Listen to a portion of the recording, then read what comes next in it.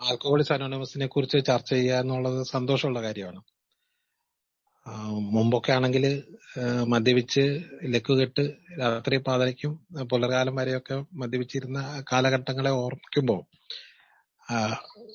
ഇങ്ങനെ മദ്യപിക്കാതിരിക്കാൻ വേണ്ടിയിട്ട് രാത്രി ഇരിക്കുക എന്നുള്ളത് ഒരു സുഖമുള്ള കാര്യമാണ്. ഇന്നിപ്പോ നമ്മൾ ഒന്നിച്ചിരിക്കുന്നത് എന്നെ ഏൽപ്പിച്ച ഒരു പണി എന്ന് പറയുന്നത് സുബോധ ജീവിത പുസ്തകത്തിന്റെ ഒരു റിവ്യൂ ആണ്. എല്ലാവരും ഇതൊക്കെ വായിച്ചിട്ടുണ്ടാവും. എന്നിരുന്നാൽ പോലും നമുക്ക് അതിന്റെ ആഴങ്ങളിലേക്ക് ഒന്ന് ഇറങ്ങി ചെല്ലേണ്ടതുണ്ട് എല്ലാവരും എന്നാണ് എൻ്റെ ഒരു അഭിപ്രായം. പക്ഷെ ഇങ്ങനെയൊക്കെ ഒരു പരിപാടി ഇല്ലെങ്കിൽ അതൊന്ന് ജസ്റ്റ് ഒന്ന് വായിച്ചു പോവുകയാണ് പലപ്പോഴും പലരും ചെയ്യാറുള്ളത്. അതുകൊണ്ട് മാത്രമായില്ല, അത് നമുക്ക് ഒരുപാട് ഉപകാരം ചെയ്യുന്ന ഒരു പുസ്തകമാണ്. നമ്മുടെ ആൽക്കഹോളിക്സ് അനോണിമസിന്റെ ബിഗ് ബുക്ക് പോലെ തന്നെ, അതുപോലെ തന്നെ 12 പടികളും പാരമ്പര്യങ്ങളും എന്ന പുസ്തകം പോലെ ഈ പുസ്തകവും വളരെ പ്രധാനപ്പെട്ടതാണ് ആൽക്കഹോളിക് ആയിട്ടുള്ള നമ്മളെ സംബന്ധിച്ചിടത്തോളം. തീർച്ചയായിട്ടും മദ്യപിക്കാനുള്ള സാധ്യത എല്ലാവർക്കും ഒരുപോലെയാണുള്ളത്. എനിക്കും നിങ്ങൾക്ക് എല്ലാവർക്കും ഈ ലോകത്ത് മദ്യം ഉപേക്ഷിച്ചിട്ടില്ല. നമ്മളുടെ ചുറ്റുമൊക്കെ മദ്യം ഇപ്പോഴും ഒഴുകുന്നുണ്ട്. അത് ഏറ്റവും കൂടുതൽ ആവശ്യമുള്ള ആൾക്കാരും നമ്മൾ തന്നെയാണ്, അല്ലെങ്കിൽ ആഗ്രഹമുള്ള ആൾക്കാരും നമ്മൾ തന്നെയാണ്, നമ്മളെ പോലുള്ളവരാണ്. അപ്പൊ അതിൻ്റെ അകത്ത് നമ്മൾ അതിൻ്റെ അകത്ത് മാറി നിൽക്കുക എന്ന് പറയുന്ന ഒരു ശരിക്കും പറഞ്ഞാൽ ഒരു അസാധ്യമായ ഒരു പ്രക്രിയയിലൂടെയാണ് നമ്മൾ കടന്നു പോകുന്നത്. ആ പ്രക്രിയ ഏറ്റവും ലളിതമാക്കി തീർക്കുകയും അങ്ങനെ മാറി നിൽക്കുന്നത് ബലം പിടിച്ചുകൊണ്ടല്ല, അല്ലെങ്കിൽ എന്തെങ്കിലും കഷ്ടപ്പെട്ടുകൊണ്ടല്ല, ഏറ്റവും ആസ്വദിക്കുന്ന തരത്തിൽ ആ ഒരു ജീവിതം മുന്നോട്ട് കൊണ്ടുപോകാൻ നമുക്ക് വളരെ ലളിതമായ ചില പരിപാടികളിലൂടെ സാധിക്കും. 31ഓളം കാര്യങ്ങളാണ് ഈ പുസ്തകത്തിൽ പറയുന്നത്. ലൈഫ് ഏറ്റവും സന്തോഷകരമായി പോകാനുള്ള കാര്യങ്ങളാണ് ഇതിൻ്റെ അകത്തോടെ പറയുന്നത്. അതിലൂടെ നമുക്ക് ഓരോ ദിവസവും ഓരോന്നിൽ കൂടെ നമുക്ക് സഞ്ചരിക്കാം. ചിലപ്പോൾ ഒരെണ്ണം തീർന്നോളണമെന്നില്ല. കഴിയുന്നതും ഈ ഒരു പരിപാടി എല്ലാവരും തുടർച്ചയായി കേൾക്കണം, ചർച്ചയിൽ പങ്കെടുക്കണം. അവസാനം ഒരു 10 മിനിറ്റ് നമുക്ക് ചർച്ച ചെയ്യാമെന്നാണ് എനിക്ക് തോന്നുന്നത്. നിങ്ങളുടെ സംശയങ്ങൾക്കും അവ്യക്തതകൾ ഒക്കെ വ്യക്തത വരുത്താനുള്ള ഒരു സമയം നമുക്ക് എടുക്കണം. കാരണം ഇത് ഞാനൊരു ഒറ്റയ്ക്ക് എടുക്കുന്ന ഒരു കേസല്ല, നിങ്ങളുടെ കൂടി പങ്കാളിത്തം ഇതിനകത്ത് ഉണ്ടാവണം നന്നായിട്ട്. ഇത് പുസ്തകം എല്ലാവരുടെയും കയ്യിലുള്ളത് നല്ലതാണ്. ഇല്ലെങ്കിൽ പുസ്തകം ലഭിക്കുമെങ്കിൽ കിട്ടുമെങ്കിൽ എവിടെ നിന്നെങ്കിലും ഒക്കെ വാങ്ങി വെച്ച് പോയി കഴിഞ്ഞാൽ അതൊന്ന് വായിച്ച് വരികയാണെങ്കിൽ നമുക്ക് കുറേ കൂടി നല്ല പോലെ ചർച്ചയിൽ പങ്കെടുക്കാം. അല്ലെങ്കിൽ ഇത് ചർച്ച ചെയ്യുന്ന സമയത്ത് മുന്നിൽ പുസ്തകം ഉണ്ടെങ്കിൽ നമുക്കതും ഫലപ്രദമായിരിക്കും. അതുകൊണ്ട് പുസ്തകം എല്ലാവർക്കും കിട്ടുക എന്നുള്ളത് എളുപ്പമല്ല. ഇപ്പോൾ ചിലപ്പോൾ അങ്ങനെ കിട്ടാൻ സാധ്യത ഉണ്ടെങ്കിൽ അത് വാങ്ങി കയ്യിൽ വെക്കുക. ഏതായാലും നമുക്ക് ചർച്ചയിലേക്ക് കടക്കാം. ഞാനൊരു മദ്യാസക്തൻ, ദൈവാനുഗ്രഹത്താലും ആൽക്കഹോളിക്സ് അനോണിമസ് എന്ന കൂട്ടായ്മയിലായിരിക്കുന്നുണ്ടും ഇന്നത്തെ ദിവസം ഞാൻ മദ്യപിച്ചിട്ടില്ല. എന്റെ പേര് വിജയൻ. ഹായ്. ഞാനിപ്പോ 17 വർഷവും 7 മാസമായിട്ട് മദ്യപിക്കാതിരിക്കുന്നത്. 2004 ജൂലൈ 8-നാണ് ഞാൻ അവസാനം മദ്യപിച്ചത്. ജൂലൈ 9 മുതൽ ഇങ്ങോട്ട് മദ്യപിക്കുന്നില്ല. ഈ മദ്യപിക്കാതിരിക്കാൻ എന്നെ സഹായിച്ചത് ആൽക്കഹോളിക്സ് അനോണിമസ് ആണെന്നുള്ള കാര്യത്തിൽ തർക്കമില്ല. ആൽക്കഹോളിക്സ് അനോണിമസിലെ ഒരുപാട് സാഹിത്യങ്ങളും അതുപോലെ തന്നെ മീറ്റിങ്ങുകളും ഷെയറിങ്ങുകളും എല്ലാം എന്നെ ഏതോ ഒരു തലത്തിലേക്ക് നമ്മളുടെ ചിന്തയെ മാറ്റിമറിച്ചിട്ടുണ്ട്. അതുകൊണ്ടാണ് ഇപ്പോഴും ഇങ്ങനെ സുബോധവാനായിട്ട് നിൽക്കാൻ സാധിക്കുന്നത്. ആ സുബോധാവസ്ഥ കിട്ടിയിട്ടുള്ള കാര്യങ്ങൾ നിങ്ങളോട് പങ്കുവെക്കുക എന്നുള്ളതാണ് ഞാൻ ഉദ്ദേശിക്കുന്നത്. രാവിലെ ലിജോ ആണെന്ന് തോന്നുന്നു എന്നെ വിളിച്ചിരുന്നു. അപ്പൊ ഞങ്ങൾ ചർച്ച ചെയ്തൊരു കാര്യം, ഈ മദ്യാസക്തരായിട്ടുള്ള നമ്മള് മദ്യപിച്ചുകൊണ്ട് നടക്കുന്ന സമയത്ത് നമ്മുടെ ഒരു സ്വഭാവത്തിന്റെ അല്ലെങ്കിൽ നമ്മുടെ ക്യാരക്ടറിന്റെ ഒരു സവിശേഷത കൊണ്ടാണ് നമ്മൾ മദ്യപാനത്തിലേക്ക് പോയിട്ടുള്ളത്. ഒരു പ്രത്യേക ക്യാരക്ടറാണ്. നമ്മൾ ഈ മദ്യപിക്കുന്ന ആൾക്കാരൊക്കെ തന്നെ ഒരു പ്രത്യേക ക്യാരക്ടർ അവരിൽ രൂപപ്പെട്ടിട്ടുണ്ട്. ശരിക്കും പറഞ്ഞാൽ 4 ഘട്ടമായിട്ടാണ് ഒരു മദ്യാസക്തന്റെ ജീവിതം നമുക്ക് ഡിഫൈൻ ചെയ്യാൻ പറ്റുന്നത്. ഒന്നാമത്തെ ഘട്ടം എന്ന് പറഞ്ഞാൽ നമ്മുടെ ചെറുപ്പം, വളരെ ചെറുപ്പം, അതായത് മദ്യപിക്കാത്ത നമ്മുടെ ചെറുപ്പം, സ്കൂളിലൊക്കെ പഠിക്കുന്ന കാലം. അത് കഴിഞ്ഞ് കൗമാരപ്രായമൊക്കെ എത്തിക്കഴിഞ്ഞപ്പോ, കൗമാരപ്രായത്തിന്റെ അവസാന ഭാഗത്ത് യൗവനത്തിലേക്കൊക്കെ തുടങ്ങുന്ന സമയത്താണ് പലപ്പോഴും മദ്യത്തിലേക്കുള്ള ചാഞ്ചാട്ടമൊക്കെ തുടങ്ങിയിട്ടുള്ളത്. അതുവരെയുള്ള ഘട്ടം, ആദ്യമായിട്ട് മദ്യപിക്കുന്ന ദിവസം വരെയുള്ള ഒരു ഘട്ടം. അത് കഴിഞ്ഞ് മദ്യപാനം തുടങ്ങിയിട്ടുള്ള, രസകരമായി ആസ്വദിച്ച് എല്ലാ പരിപാടികൾക്കും മദ്യത്തിന്റെ ആകമ്പടിയോടുകൂടി എന്റർടൈൻ ചെയ്തിട്ടുള്ള ഒരു ഘട്ടം. അതാണ് രണ്ടാമത്തെ ഘട്ടം. മൂന്നാമത്തെ ഘട്ടം എന്ന് പറയുന്നത് മദ്യാസക്തനായ ഒരു ഘട്ടം. എന്ന് വെച്ചാൽ ഇത് ഇല്ലാതെ പറ്റില്ല എന്ന് പറയുന്ന ഒരു ഘട്ടം, മൂന്നാമത്തെ ഘട്ടം. നാലാമത്തെ ഘട്ടം എന്ന് പറയുന്നത് മദ്യത്തിൽ നിന്ന് മാറി നിന്നിട്ടുള്ള ഈ ഘട്ടം.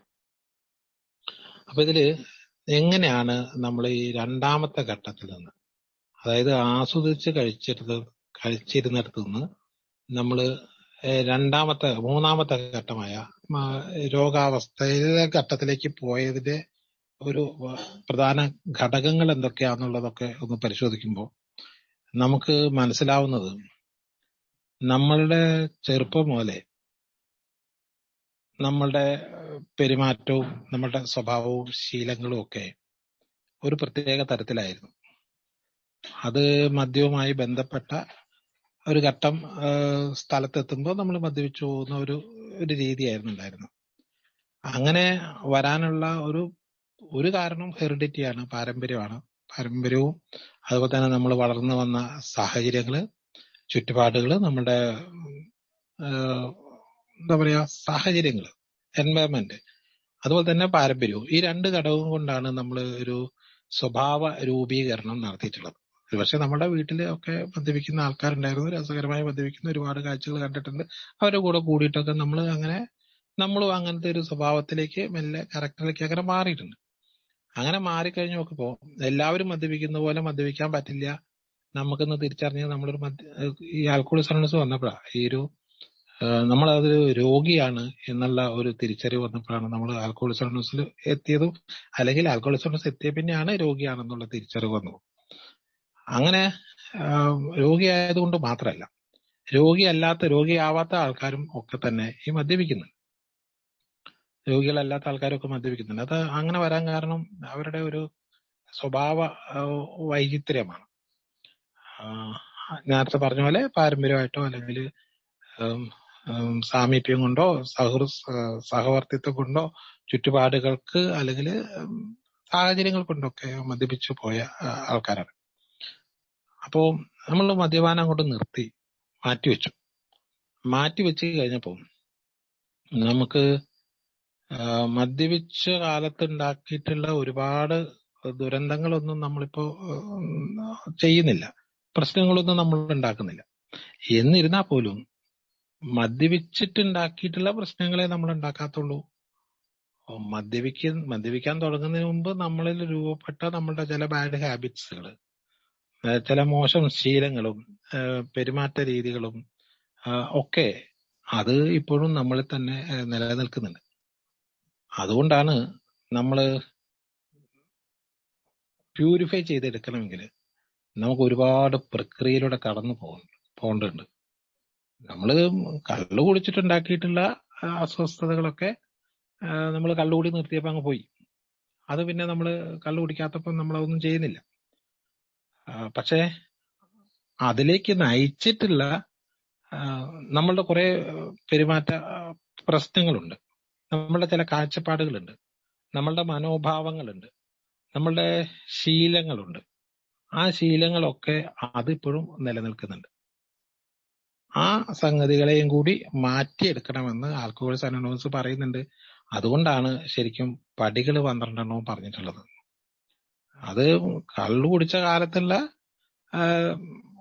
പ്രശ്നങ്ങൾ ഒഴിവാക്കാനല്ല പടികളുള്ളത്, മറിച്ച് കള്ളുകുടിയിലേക്ക് നയിച്ചിട്ടുള്ള പ്രശ്നങ്ങളെ മാറ്റിയെടുക്കാനാണ് പറഞ്ഞിട്ടുള്ളത്. അപ്പൊ ഇതൊക്കെ മാറ്റിയെടുക്കണമെങ്കിൽ നമുക്ക് വേണ്ടത് സ്വതന്ത്രമായി ചിന്തിക്കാനുള്ള ഒരു മനസ്സാണ്. സ്വതന്ത്രമായി ചിന്തിക്കാനുള്ള. മനസ്സിൽ രണ്ട് ഭാഗമുണ്ട്. യുക്തിസഹമായ മനസ്സുണ്ട്, വൈകാരിക മനസ്സുണ്ട്. Emotional mind, rational mind. അപ്പൊ ഈ യുക്തിസഹമായ മനസ്സിൽ ഉണ്ടെങ്കിൽ കാര്യകാരണ വിവേചനത്തോടുകൂടി നമുക്ക് ഒരു കാര്യത്തെ നോക്കി കാണാൻ കഴിയുള്ളൂ. അതേസമയം വൈകാരിക മനസ്സിൽ അതൊന്നും ഉണ്ടാവില്ല. വൈകാരിക മനസ്സിൽ എന്താണോ അപ്പൊ തോന്നുന്നത്, ആ സമയത്തെ വികാരം എന്താണോ ആ വികാരത്തിനനുസരിച്ച് നമ്മൾ പ്രവർത്തിക്കും. എന്നാൽ യുക്തിസഹമായ മനസ്സിൽ അങ്ങനെയല്ല ഉണ്ടാവുക. അപ്പോ നമ്മളുടെ ഇനി അങ്ങോട്ടുള്ള ജീവിതമൊക്കെ ഈ യുക്തിസഹമായ മനസ്സിന്റെ പ്രവർത്തനത്തിന്റെ ഒരു ഭാഗമാവണം. അതായത് ഏത് കാര്യം ചെയ്യുമ്പോഴും എന്തിനാണ് ചെയ്യുന്നത്, എപ്പോഴാണ് ചെയ്യുന്നത്, ആരാണ് ചെയ്യുന്നത് എന്നുള്ള കാര്യത്തെ കുറിച്ചൊക്കെ നല്ല ബോധവാനായിട്ട് ചെയ്യുന്ന ഒരു മാനസികാവസ്ഥ ഉണ്ടാകുമ്പോഴാണ് അത് സുബോധമുള്ള ഒരു മനസ്സെന്ന് പറയാൻ പറ്റും. നല്ല ബോധമുള്ള മനസ്സ്.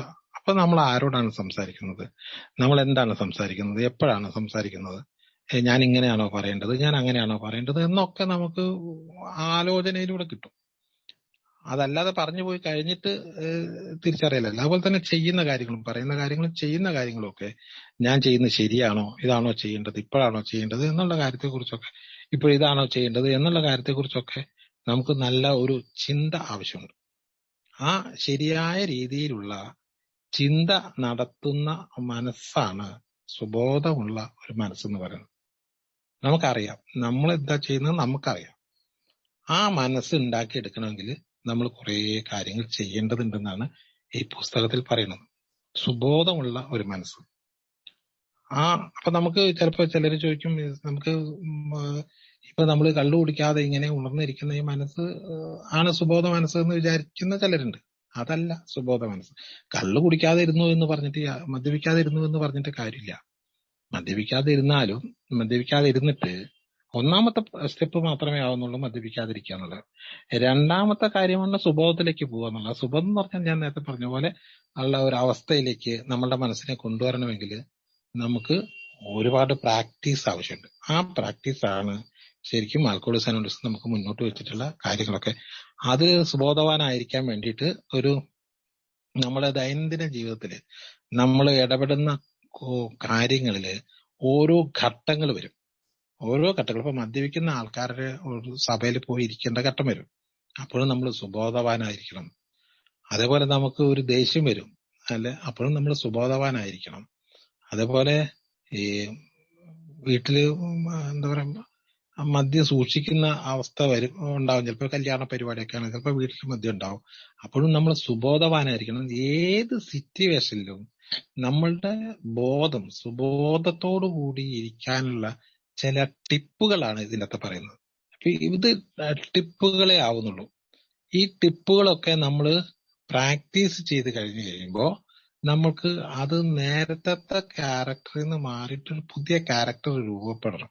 അതായത് അതൊരു ശീലമാകണം ടിപ്പുകൾ. അപ്പോ നമുക്ക് ആവശ്യമുള്ള സമയത്ത് എടുത്ത് ഉപയോഗിക്കേണ്ടതാണെങ്കിൽ പോലും അത് ആവശ്യമുള്ള സമയത്തൊക്കെ എടുത്ത് ഉപയോഗിക്കണം. അങ്ങനെ ഉപയോഗിച്ച് നിരന്തരം നമ്മളുടെ വകയായിട്ട് ഇതിന്റെ ഉപയോഗം വന്നു കഴിയുമ്പോൾ നമുക്കതൊരു ശീലമായി വരും. അപ്പൊ ഏത് സാഹചര്യത്തിൽ നമുക്ക് അങ്ങനെ പെരുമാറാൻ കഴിയും. അങ്ങനെ പെരുമാറാനുള്ള കുറച്ച് ടിപ്പുകളുമായിട്ടാണ് ഈ പുസ്തകം നമ്മുടെ മുമ്പിലുള്ളത്. അതുകൊണ്ട് അതിനെക്കുറിച്ച് പഠിക്കാൻ ഞാൻ ഇന്നിപ്പോ ആമുഖമായിട്ട് കുറെ കാര്യങ്ങൾ ചർച്ച ചെയ്ത് അവസാനിപ്പിക്കാന്ന് വിചാരിക്കുന്നു. ഇതിന്റെ പോയിന്റിലേക്ക് നമുക്ക് അടുത്ത ദിവസം പോലെ കിടക്കാം. ഈ ഇതിന് ഇപ്പോ നമ്മൾ തുടങ്ങിയപ്പോ കുറെ കാര്യങ്ങൾ വായിച്ചു. അതിന്റെ പ്രതിദിന മനനങ്ങൾ വായിച്ചു. പടികൾ, ബിഗ് ബുക്കിന്റെ ഇതെങ്ങനെ പ്രവർത്തിക്കുന്നു എന്നുള്ള 5-ാമത്തെ അധ്യായത്തിന്റെ 2.5 പേജ് വായിച്ചു. പിന്നെ അതിൻ്റെ അകത്ത് പടികൾ വരുന്നുണ്ട്. പാരമ്പര്യം വായിച്ചു, സുബോധ ഇത് വായിച്ചു, പ്രതിദിന മനനങ്ങളും വായിച്ചു. ഇത് പഠിക്കാൻ തുടങ്ങുന്ന സമയത്ത് എനിക്ക് തോന്നുന്നത് അടുത്ത ആഴ്ച മുതൽ ഇതിൻ്റെ അകത്ത് പേജ് ആമുഖ ഭാഗത്തുള്ള എന്തുകൊണ്ട് മദ്യപിക്കാതിരിക്കണം എന്ന ഭാഗവും കൂടി വായിക്കണം. അത് നമുക്ക്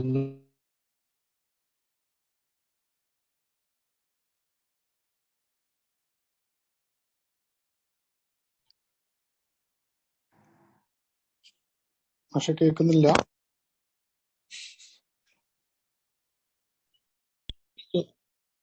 നമ്മളോട് തന്നെ ചോദിച്ചു കഴിഞ്ഞാൽ നമുക്ക് അതിനുള്ള ഉത്തരം എന്തായിരിക്കും?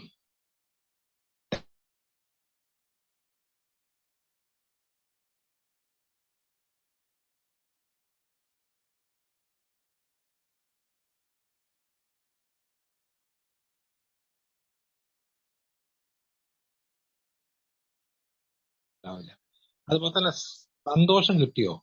സന്തോഷം ആദ്യത്തെ ഒരു അരമണിക്കൂർ കിട്ടിയിട്ടുണ്ടാവും, പിന്നെ സന്തോഷം കിട്ടിയിട്ടില്ല. അതുപോലെ തന്നെ നമ്മുടെ പ്രശ്നങ്ങൾ വന്നു കഴിഞ്ഞാലാണ് ചിലപ്പോൾ കുടിക്കുക, മനസമാധാനം ഇല്ലാണ്ടാവുമ്പോഴാണ് കുടിക്കുക എന്നുള്ള കാര്യങ്ങളൊക്കെ ആയിരിക്കും എല്ലാവരും പറയാം. ആ പറയുന്ന കാര്യങ്ങളൊന്നും നമുക്ക് കിട്ടിയോന്ന് ചോദിച്ചാൽ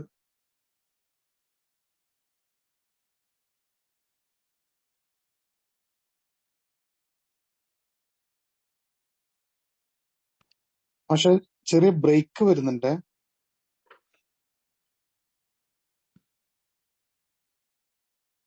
കുടിക്കാതിരിക്കുന്നു. ഇപ്പൊ ഒരുപക്ഷെ നമ്മളോട് ഈ എയിൽ വരുന്നതിന് മുമ്പ് ഒരുപാട് ആൾക്കാര് നമ്മുടെ കുടി മോശമാണെന്ന് തിരിച്ചറിഞ്ഞിട്ടുണ്ട്. നമ്മളുടെ കുടി ഇങ്ങനെ കുടിച്ചോണ്ടിരിക്കുമ്പോൾ നമ്മളുടെ കുടി നല്ല നിലവാരമുള്ള കുടി, എപ്പോ വേണേലും നിർത്താൻ പറ്റുന്ന കുടി, എനിക്ക് കൺട്രോൾ ചെയ്യാൻ പറ്റുന്ന കുടി, എന്റെ അധീനതയിലുള്ള കുടി എന്ന് അഭിമാനിച്ചു കുടിച്ചവരാണ് നമ്മളൊക്കെ. എനിക്ക് എപ്പോ വേണേലും നിർത്താൻ പറ്റും, എല്ലാം മറ്റുള്ളവരെ പോലെ അല്ല എന്റെ കുടി, ഞാൻ അങ്ങനെ അധികം കുടിക്കാറില്ല, ഞാൻ കച്ചറ ഉണ്ടാക്കാറില്ല, ഞാൻ പൈസ അധികം ചെലവാക്കാറില്ല, ഞാൻ എന്റെ കാര്യം വിട്ട് കളിക്കാറില്ല എന്നൊക്കെ നമ്മൾ അഭിമാനത്തോടു കൂടി നമ്മളുടെ കുടിയെ ന്യായീകരിച്ചു വരാം. പക്ഷെ നമ്മുടെ കുടി നമ്മൾ അങ്ങനെ ന്യായീകരിക്കുമ്പോഴും നമ്മളുടെ ചുറ്റുവട്ടത്തുള്ള ഒരുപാട് ആൾക്കാർ നമ്മളുടെ കുടിയെ കുറിച്ച് മോശം അഭിപ്രായം പറഞ്ഞിട്ടുണ്ട്. അങ്ങനെ പറഞ്ഞുള്ളവരോടൊക്കെ നമ്മൾ എതിർത്തിട്ടുമുണ്ട്, നമ്മൾ അവരോട് തർക്കിച്ചിട്ടുണ്ട്, നമ്മൾ ചൂടായിട്ടുമുണ്ട്. നമ്മളെ ഉപദേശിക്കാൻ വരുന്നവർ ഒറ്റ ഒന്നിനെ നമുക്ക് ഇഷ്ടമല്ലായിരുന്നു. എന്റെ കുടി അങ്ങാനും കൂടുതലാണെന്നോ എന്റെ കുടി ശരിയല്ല എന്നൊക്കെ ആരെയും പറഞ്ഞു കഴിഞ്ഞാൽ നമ്മൾ അവരുടെ ഒക്കെ കച്ചറ ഉണ്ടാക്കിയിട്ടുണ്ട്. അപ്പൊ ഇവരൊക്കെ നമ്മൾ കുടിക്കരുത് എന്ന് പറഞ്ഞിട്ടുണ്ട്. എത്രയോ ഏല് വന്നപ്പോഴല്ല ആദ്യമായിട്ട് പറഞ്ഞിട്ടുള്ളത്, എത്രയോ മുമ്പ് പറഞ്ഞിട്ടുണ്ട്. അങ്ങനെ ഇവരൊക്കെ പറഞ്ഞെങ്കിലും നമുക്കത് മനസ്സിലായില്ല. നമുക്ക് ഇത് മനസ്സിലാവണല്ലോ എന്തിനാ നമ്മൾ കുടിക്കാണ്ടിരിക്കുന്നത്. നമ്മൾ കുടിക്കാതിരുന്നു കഴിഞ്ഞാൽ ഉണ്ടാവുന്ന നഷ്ടത്തെക്കുറിച്ച് നമുക്ക് വളരെ കൃത്യമായിട്ട് അറിയാം. നമ്മൾ കുടിക്കാതിരുന്നു കഴിഞ്ഞാൽ നമ്മുടെ ഫ്രണ്ട്ഷിപ്പ് നഷ്ടപ്പെടും, നമ്മളുടെ പൈസ തിരിമറി നഷ്ടപ്പെടും, നമ്മളുടെ ഉത്സാഹം പോവും, നമുക്കൊന്നിനും ഒരു താല്പര്യം ഉണ്ടാവില്ല, ഉണ്ടാവില്ല. അങ്ങനെ നമുക്ക് ഒരുപാട് നഷ്ടങ്ങളുണ്ട് കുടിക്കാതിരുന്നു കഴിഞ്ഞാൽ. കുടിക്കാതിരുന്നു കഴിഞ്ഞാൽ ലാഭം എന്ന് പറയുന്നത് നമ്മളെ സംബന്ധിച്ചിടത്തോളം ഉണ്ടാകുന്നത് സാമ്പത്തികമാണ്. അതിന് എക്സ്ട്രാ പൈസ ഉണ്ടാക്കിയപ്പോഴേ നമ്മൾ കൂടുതൽ ജോലി ചെയ്ത് കൂടുതൽ പൈസ ഉണ്ടാക്കി കഴിഞ്ഞാൽ നമുക്ക് കുടിച്ചൂടെ? അപ്പൊ നമ്മളുടെ കണക്കിൽ ഒരു സാമ്പത്തിക നഷ്ടം മാത്രമാണ് പലപ്പോഴും മദ്യപാനത്തിൽ നിന്ന് നമുക്ക് നഷ്ടം എന്ന് പറയുന്നത്. നമുക്ക് എന്നാലോ അതിനേക്കാൾ കൂടുതൽ നമുക്ക് ഒരുപാട് ലാഭം ഉണ്ടാക്കുന്ന ഒരു ഏർപ്പാടായിരുന്നു കുടി എന്ന് പറയുന്നത്. നമുക്ക് ഒരുപാട് സൗഹൃദങ്ങള്, ഒരുപാട് ബന്ധങ്ങള്, ഒരുപാട് എന്താ പറയാ എൻജോയ്മെന്റ്, ഇതൊക്കെ കിട്ടുന്ന ഒരു സംഗതിയാണ് കുടി. അങ്ങനെയുള്ള നമ്മളോട് ചോദിക്കുകയാണ് എന്തിനാണ് കുടിക്കാതിരിക്കുന്നത്? കുടിക്കാതിരുന്ന് ആ ചോദ്യത്തിന്റെ ഉത്തരം ഞാനത് വായിക്കാം. എന്തുകൊണ്ട് മദ്യപിക്കാതിരിക്കണം? ആൽക്കഹോളിക്സ് അനോണിമസിലെ അംഗങ്ങളായ ഞങ്ങൾക്ക് ആ ചോദ്യത്തിനുള്ള ഉത്തരം ലഭിക്കുന്നതിന് ഞങ്ങളുടെ പഴയകാല ജീവിതത്തിലേക്ക് സത്യസന്ധമായി നോക്കുമ്പോഴാണ്. ഇതിന്റെ ഉത്തരം നമുക്ക് പറയണമെങ്കിൽ നമ്മളൊന്ന് ജസ്റ്റ് ഒന്ന് പുറകോട്ട് തിരിഞ്ഞു നോക്കാം. നമ്മൾ കുടിച്ചിട്ട് ഞാൻ നേരത്തെ ചോദിച്ച ചോദ്യത്തിന്റെ ഉത്തരം ഒന്നുകൂടി പരിശോധിച്ച് നോക്കുക. നമുക്ക് കിട്ടേണ്ട എന്തെങ്കിലും നമുക്ക് കിട്ടിയിട്ടുണ്ടോ? നമ്മൾക്ക് ലഭിക്കുമെന്ന് വിചാരിച്ച എൻജോയ്മെന്റ് കിട്ടിയിട്ടുണ്ടോ? സൗഹൃദം കിട്ടിയിട്ടുണ്ടോ? കൂടെ കുടിച്ചവന്മാരൊക്കെ നമ്മളെ ചീത്ത പറയാന്നുള്ളല്ലാതെ, കൂടെ കുടിച്ചവന്മാരൊക്കെ നമ്മളെ പറ്റിക്കുക എന്നുള്ളതല്ലാതെ, ഈ പൈസ മുഴുവനും പോവുക എന്നുള്ളതല്ലാതെ, ആരോഗ്യം പോവുക എന്നുള്ളതല്ലാതെ, കുടുംബ ബന്ധങ്ങൾ നഷ്ടപ്പെടുക എന്നുള്ളതല്ലാതെ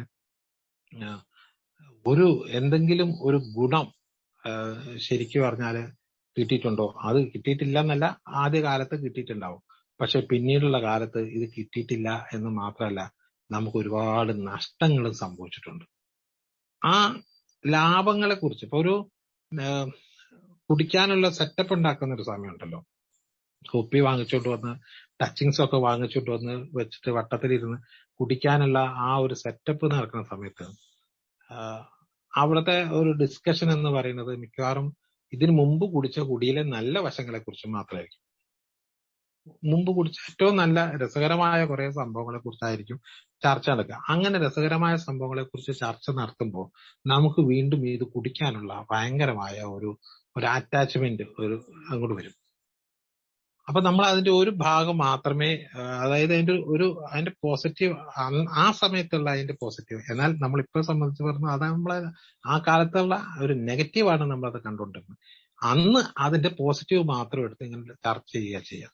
പക്ഷെ ഇപ്പോ നമ്മള് പുറകോട്ട് തിരിഞ്ഞ് നോക്കേണ്ടത് അത് ആ പഴയ കാലത്തെ കുടിയുടെ ഒരു തീവ്രമായ അല്ലെങ്കിൽ അതിന് ഏറ്റവും മോശപ്പെട്ട അവസ്ഥയെക്കുറിച്ച് നമ്മൾ വളരെ സൂക്ഷ്മമായിട്ട് പുറകോട്ട് തിരിഞ്ഞ് വിലയിരുത്തി നോക്കുമ്പോഴാണ് മനസ്സിലാവുക നമുക്ക് കുടിക്കാതിരിക്കുന്നു, കുടി നിർത്തേണ്ടതാണ് എന്നുള്ള ഒരു തിരിച്ചറിവുണ്ടാവുക. നമ്മുടെ പഴയകാല ജീവിതത്തിലേക്ക് സത്യസന്ധമായി തിരിഞ്ഞു നോക്കണമെന്നാണ്.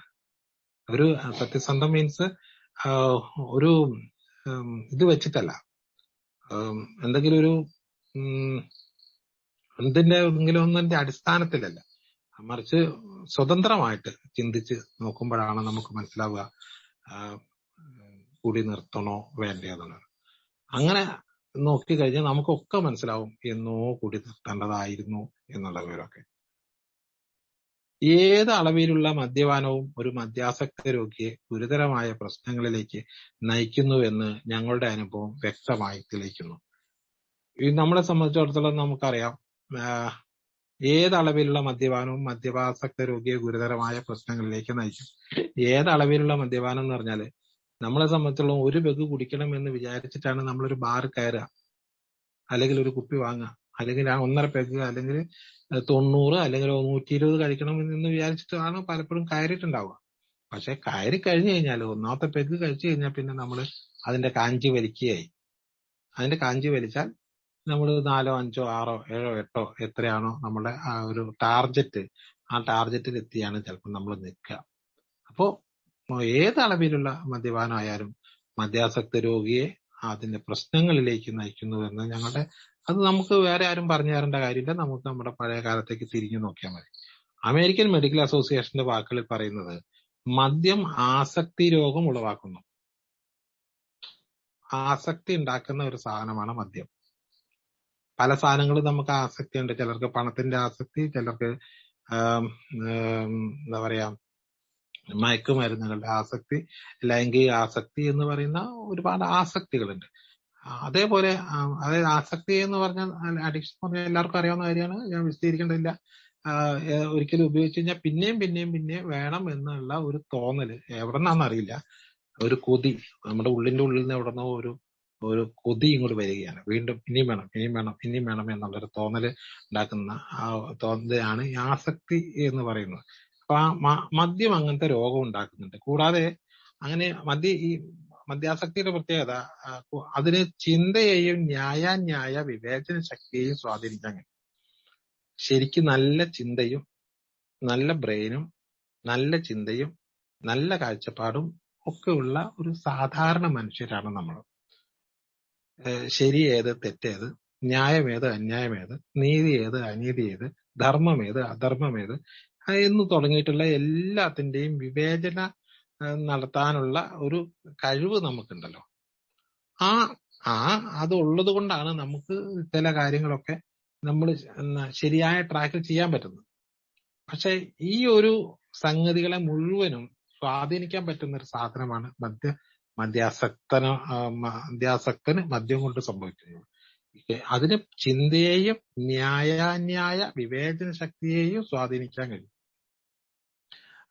ഈ പറഞ്ഞ എല്ലാത്തിനെയും, നല്ലത് ചീത്തത്, ശരി തെറ്റ്, ന്യായം അന്യായം, ധർമ്മം അധർമ്മം, നീതി അനീതി എന്ന് പറയുന്ന അതിനെ വിവേചിച്ചറിയാനുള്ള ആ ശക്തിയെ സ്വാധീനിക്കാൻ ഈ മദ്യത്തിന് കഴിയുന്നുണ്ട്. അപ്പോ അതുകൊണ്ടാണ് ഒരു സുബോധത്തിൽ നിൽക്കുന്ന ഒരു മനുഷ്യനാണെങ്കിൽ ഈ പറഞ്ഞ കാര്യങ്ങളൊക്കെ വിവേചിച്ചിട്ട് ചിന്തിച്ചിട്ട് അതിന് ശരിയായ തീരുമാനം എടുക്കാൻ കഴിയും, സുബോധമുള്ള ഒരു മനസ്സിന്. പക്ഷെ മദ്യം അകത്ത് ചെന്ന ഒരാൾക്ക് ഇതിന്റെ അകത്ത് ശരിയായ തീരുമാനം എടുക്കാൻ കഴിയില്ല. ആ മദ്യത്തിന് നമ്മുടെ ഈ ചിന്തയെ സ്വാധീനിക്കാൻ കഴിയുന്നുള്ളതുകൊണ്ടാണ്. ഒരു കവിൾ മദ്യം തന്നെ മദ്യാസക്ത രോഗിയുടെ ചിന്തയെ മാറ്റിമറിക്കുകയും വീണ്ടും മദ്യപിക്കാനുള്ള തോന്നൽ അയാളിൽ ഉണ്ടാക്കുകയും ചെയ്യും. ഒരൊറ്റ കവിൾ മദ്യം തന്നെ അയാളുടെ മദ്യാസക്ത രോഗിയുടെ ചിന്തയെ മാറ്റിമറിക്കും. ആദ്യത്തെ ഒരു പെഗ്ഗിന് മുമ്പ് മാത്രമാണ് നമ്മുടെ ചിന്ത ശരിയായ രീതിയിൽ ഉണ്ടാവുക. ഒറ്റ പെഗ് ചെന്ന് കഴിഞ്ഞു കഴിഞ്ഞാൽ പിന്നെ നമ്മളുടെ ചിന്ത ഈ മദ്യത്തിന് അനുകൂലമായിട്ടുള്ള ചിന്ത ഉണ്ടാവുക. അതുകൊണ്ട് വീണ്ടും വീണ്ടും മദ്യപിക്കാനുള്ള തോന്നൽ ഉണ്ടാക്കുകയും ചെയ്യും. തന്റെ രോഗത്തെ പൂർണ്ണമായി നിയന്ത്രിക്കാൻ മദ്യാസക്ത രോഗിക്ക് പഠിച്ചെടുക്കാം. ഈ രോഗം പലതരം രോഗമുണ്ട്. അതുപോലെ ഒരു രോഗമാണ് മദ്യാസക്ത രോഗം. പക്ഷെ ഇതിന് പ്രോപ്പർ ആയിട്ടുള്ള ഒരു ചികിത്സയില്ല. നമുക്കറിയാം, ഇത് ഡയഗ്നോസ് ചെയ്യാനും പറ്റിയല്ല. ലബോറട്ടറിയിലോ ECGയിലോ മെഡിക്കൽ ടെസ്റ്റ് കൊണ്ടോ സ്കാനിങ് കൊണ്ടോ ഒന്നും പരിശോധിച്ച് കണ്ടെത്താൻ കഴിയാത്ത ഒരു രോഗമാണല്ലോ ഇത്. അതുകൊണ്ട് തന്നെ അങ്ങനെയൊക്കെ ആണെങ്കിൽ പോലും ശരിയായ രീതിയിലുള്ള ഒരു തിരിച്ചറിവുണ്ടെങ്കിൽ ഈ മദ്യാസക്ത രോഗത്തെ നമ്മളുടെ ഒരു രോഗിയായ എനിക്ക് ആ രോഗത്തെ നിയന്ത്രിച്ച് നിർത്താൻ കഴിയും. ആ രോഗത്തെ മാറ്റിവെച്ച് നിയന്ത്രിക്കാൻ കഴിയും. അത് പഠിച്ചെടുക്കാറുണ്ട്. മദ്യാസക്ത രോഗി പഠിച്ചെടുക്കാം. പക്ഷെ രോഗാവസ്ഥ പൂർണ്ണമായി ഭേദപ്പെടുത്താനാവില്ല. ഈ പഠിച്ചെടുക്കാന്ന് പറഞ്ഞ് ഞാൻ നേരത്തെ പറഞ്ഞല്ലോ, ഈ രോഗാവസ്ഥ എന്ന് പറയുന്ന ഒരു സാധനമുണ്ട്. അത് നമ്മുടെ ചെറുപ്പം മുതലേ ഉണ്ടായിട്ടുള്ള നമ്മുടെ ക്യാരക്ടറിന്റെ പ്രത്യേകത കൊണ്ടും അതുപോലെ തന്നെ നമ്മുടെ ശരീരത്തിലെ ജീനുകളുടെ ഘടനയുടെ പ്രത്യേകത കൊണ്ടും ഒക്കെ എന്താ പറയാ എൻവയറമെന്റ് ആയിട്ടും തന്നെ ഹെറിഡിറ്റി ആയിട്ടും കിട്ടിയിട്ടുള്ള സംഗതികളിൽ നിന്ന് നമുക്ക് ആ ഒരു പ്രത്യേകത നമ്മുടെ ശരീരത്തിൽ നിലനിൽക്കുന്നുണ്ട്. ആ നിലനിൽക്കുന്ന ആ രോഗാവസ്ഥയെ നമുക്ക് പൂർണ്ണമായിട്ട് സുഖപ്പെടുത്താൻ കഴിയില്ല എന്നുള്ളത് നമ്മൾ തിരിച്ചറിയും. അതുകൊണ്ട് പ്രതികൂല സാഹചര്യങ്ങൾ ഇല്ലെങ്കിൽ തന്നെയും അയാൾ കുടിയിലേക്ക് വീണ്ടും മടങ്ങിപ്പോകും. ഇത് നമ്മുടെ ശരീരം അങ്ങനെയാണ് നിൽക്കുന്നത്. ഒരു മദ്യപിക്കാനുള്ള ഒരു ടെൻഡൻസി, ടെംപ്ടേഷൻ ഉള്ള ഒരു ശാരീരിക ഘടനയോടുകൂടിയാണ് നമ്മുടെ നിലനിൽപ്പ്. അതുകൊണ്ട് ഏതൊരു സമയത്തും നമ്മൾ അടുത്ത ഒരു മദ്യത്തിലേക്ക് മടങ്ങിപ്പോവാനുള്ള സാധ്യത വളരെ വലുതാണ്. പക്ഷേ നമുക്ക് പഠിച്ചെടുത്തു കഴിഞ്ഞാൽ, ബോധപൂർവ്വം നമ്മൾ പഠിച്ചെടുത്തു കഴിഞ്ഞാൽ നമുക്ക് ഇതിനകത്ത് രക്ഷപ്പെടാൻ കഴിയും എന്ന് നമുക്ക് അതിന്റെ സൂചനകളിൽ നിന്ന് തന്നെ നമുക്ക് മനസ്സിലാക്കിയെടുക്കാൻ കഴിയും. ഓരോന്നും, അതായത് ഈ മദ്യപിക്കുക എന്ന് പറയുന്നത് ഒരു പ്രക്രിയ. കൊപ്പി വാങ്ങുന്നു, ആസ്വദിക്കുന്നു, കുടിക്കുന്നു എന്ന് പറയുന്ന ഒരു പ്രക്രിയ, ഒരു പ്രോസസ്സാണ്. ആ പ്രോസസ്സിന്റെ മുമ്പ് കുറെ കാര്യങ്ങൾ നടക്കുന്നുണ്ട്. അങ്ങനെ ഒരു സംഗതി നടക്കുന്നതിന് മുമ്പ് നടക്കുന്ന കാര്യങ്ങൾ, അതായത് മദ്യപിക്കാനുള്ള ഒരു ചിന്ത.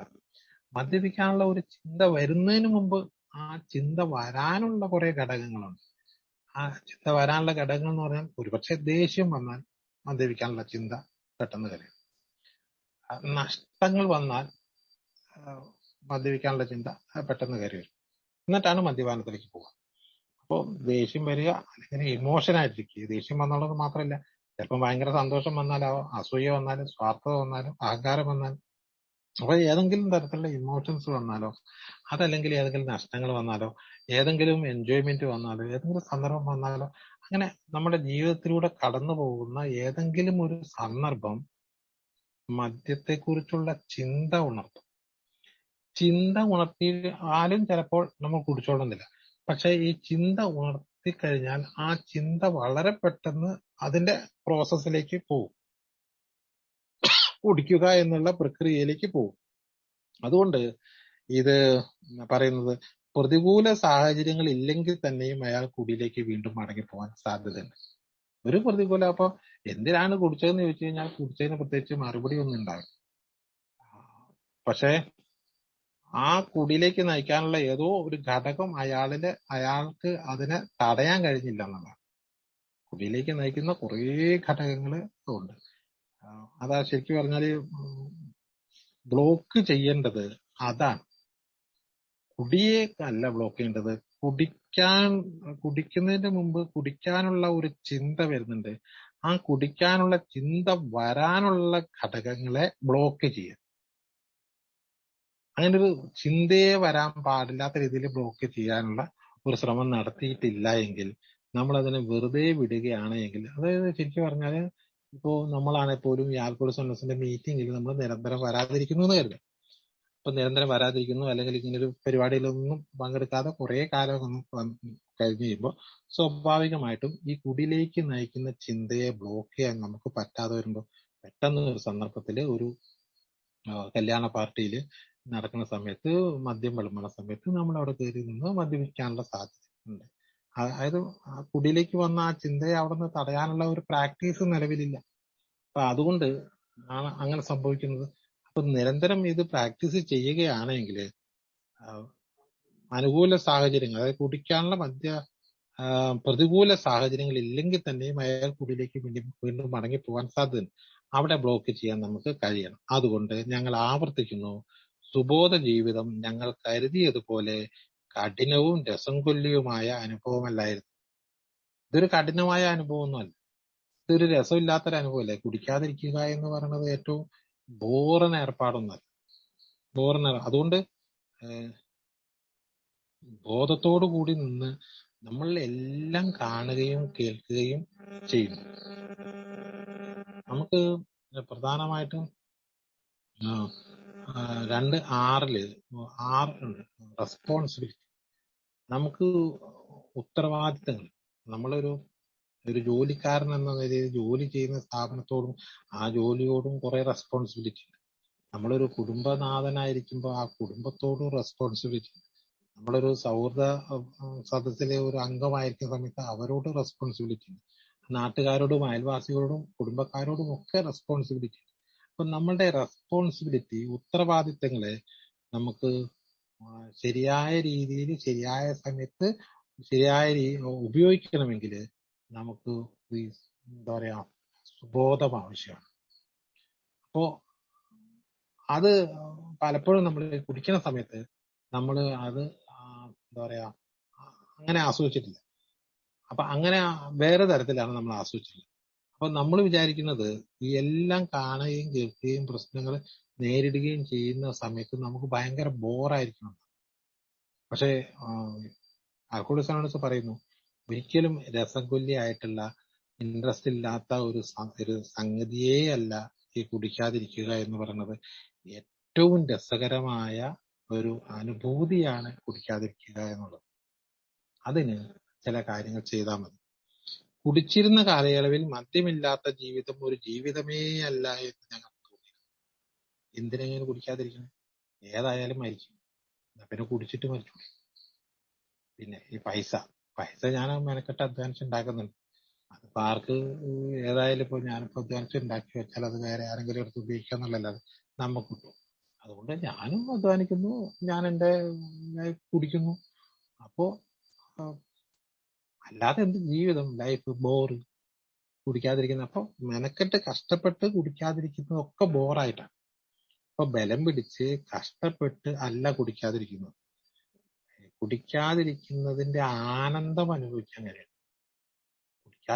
കുടിക്കാതിരിക്കുന്നതിന്റെ ആനന്ദം അനുഭവിക്കുന്ന ഒരവസ്ഥ ഉണ്ടെങ്കിൽ നമുക്ക് രസം കൊല്ലിയല്ലാത്ത കലകൾ അല്ലാതെ നമുക്ക് ജീവിക്കാൻ പറ്റില്ല എന്നാണ് വിചാരിച്ചിരുന്നത്.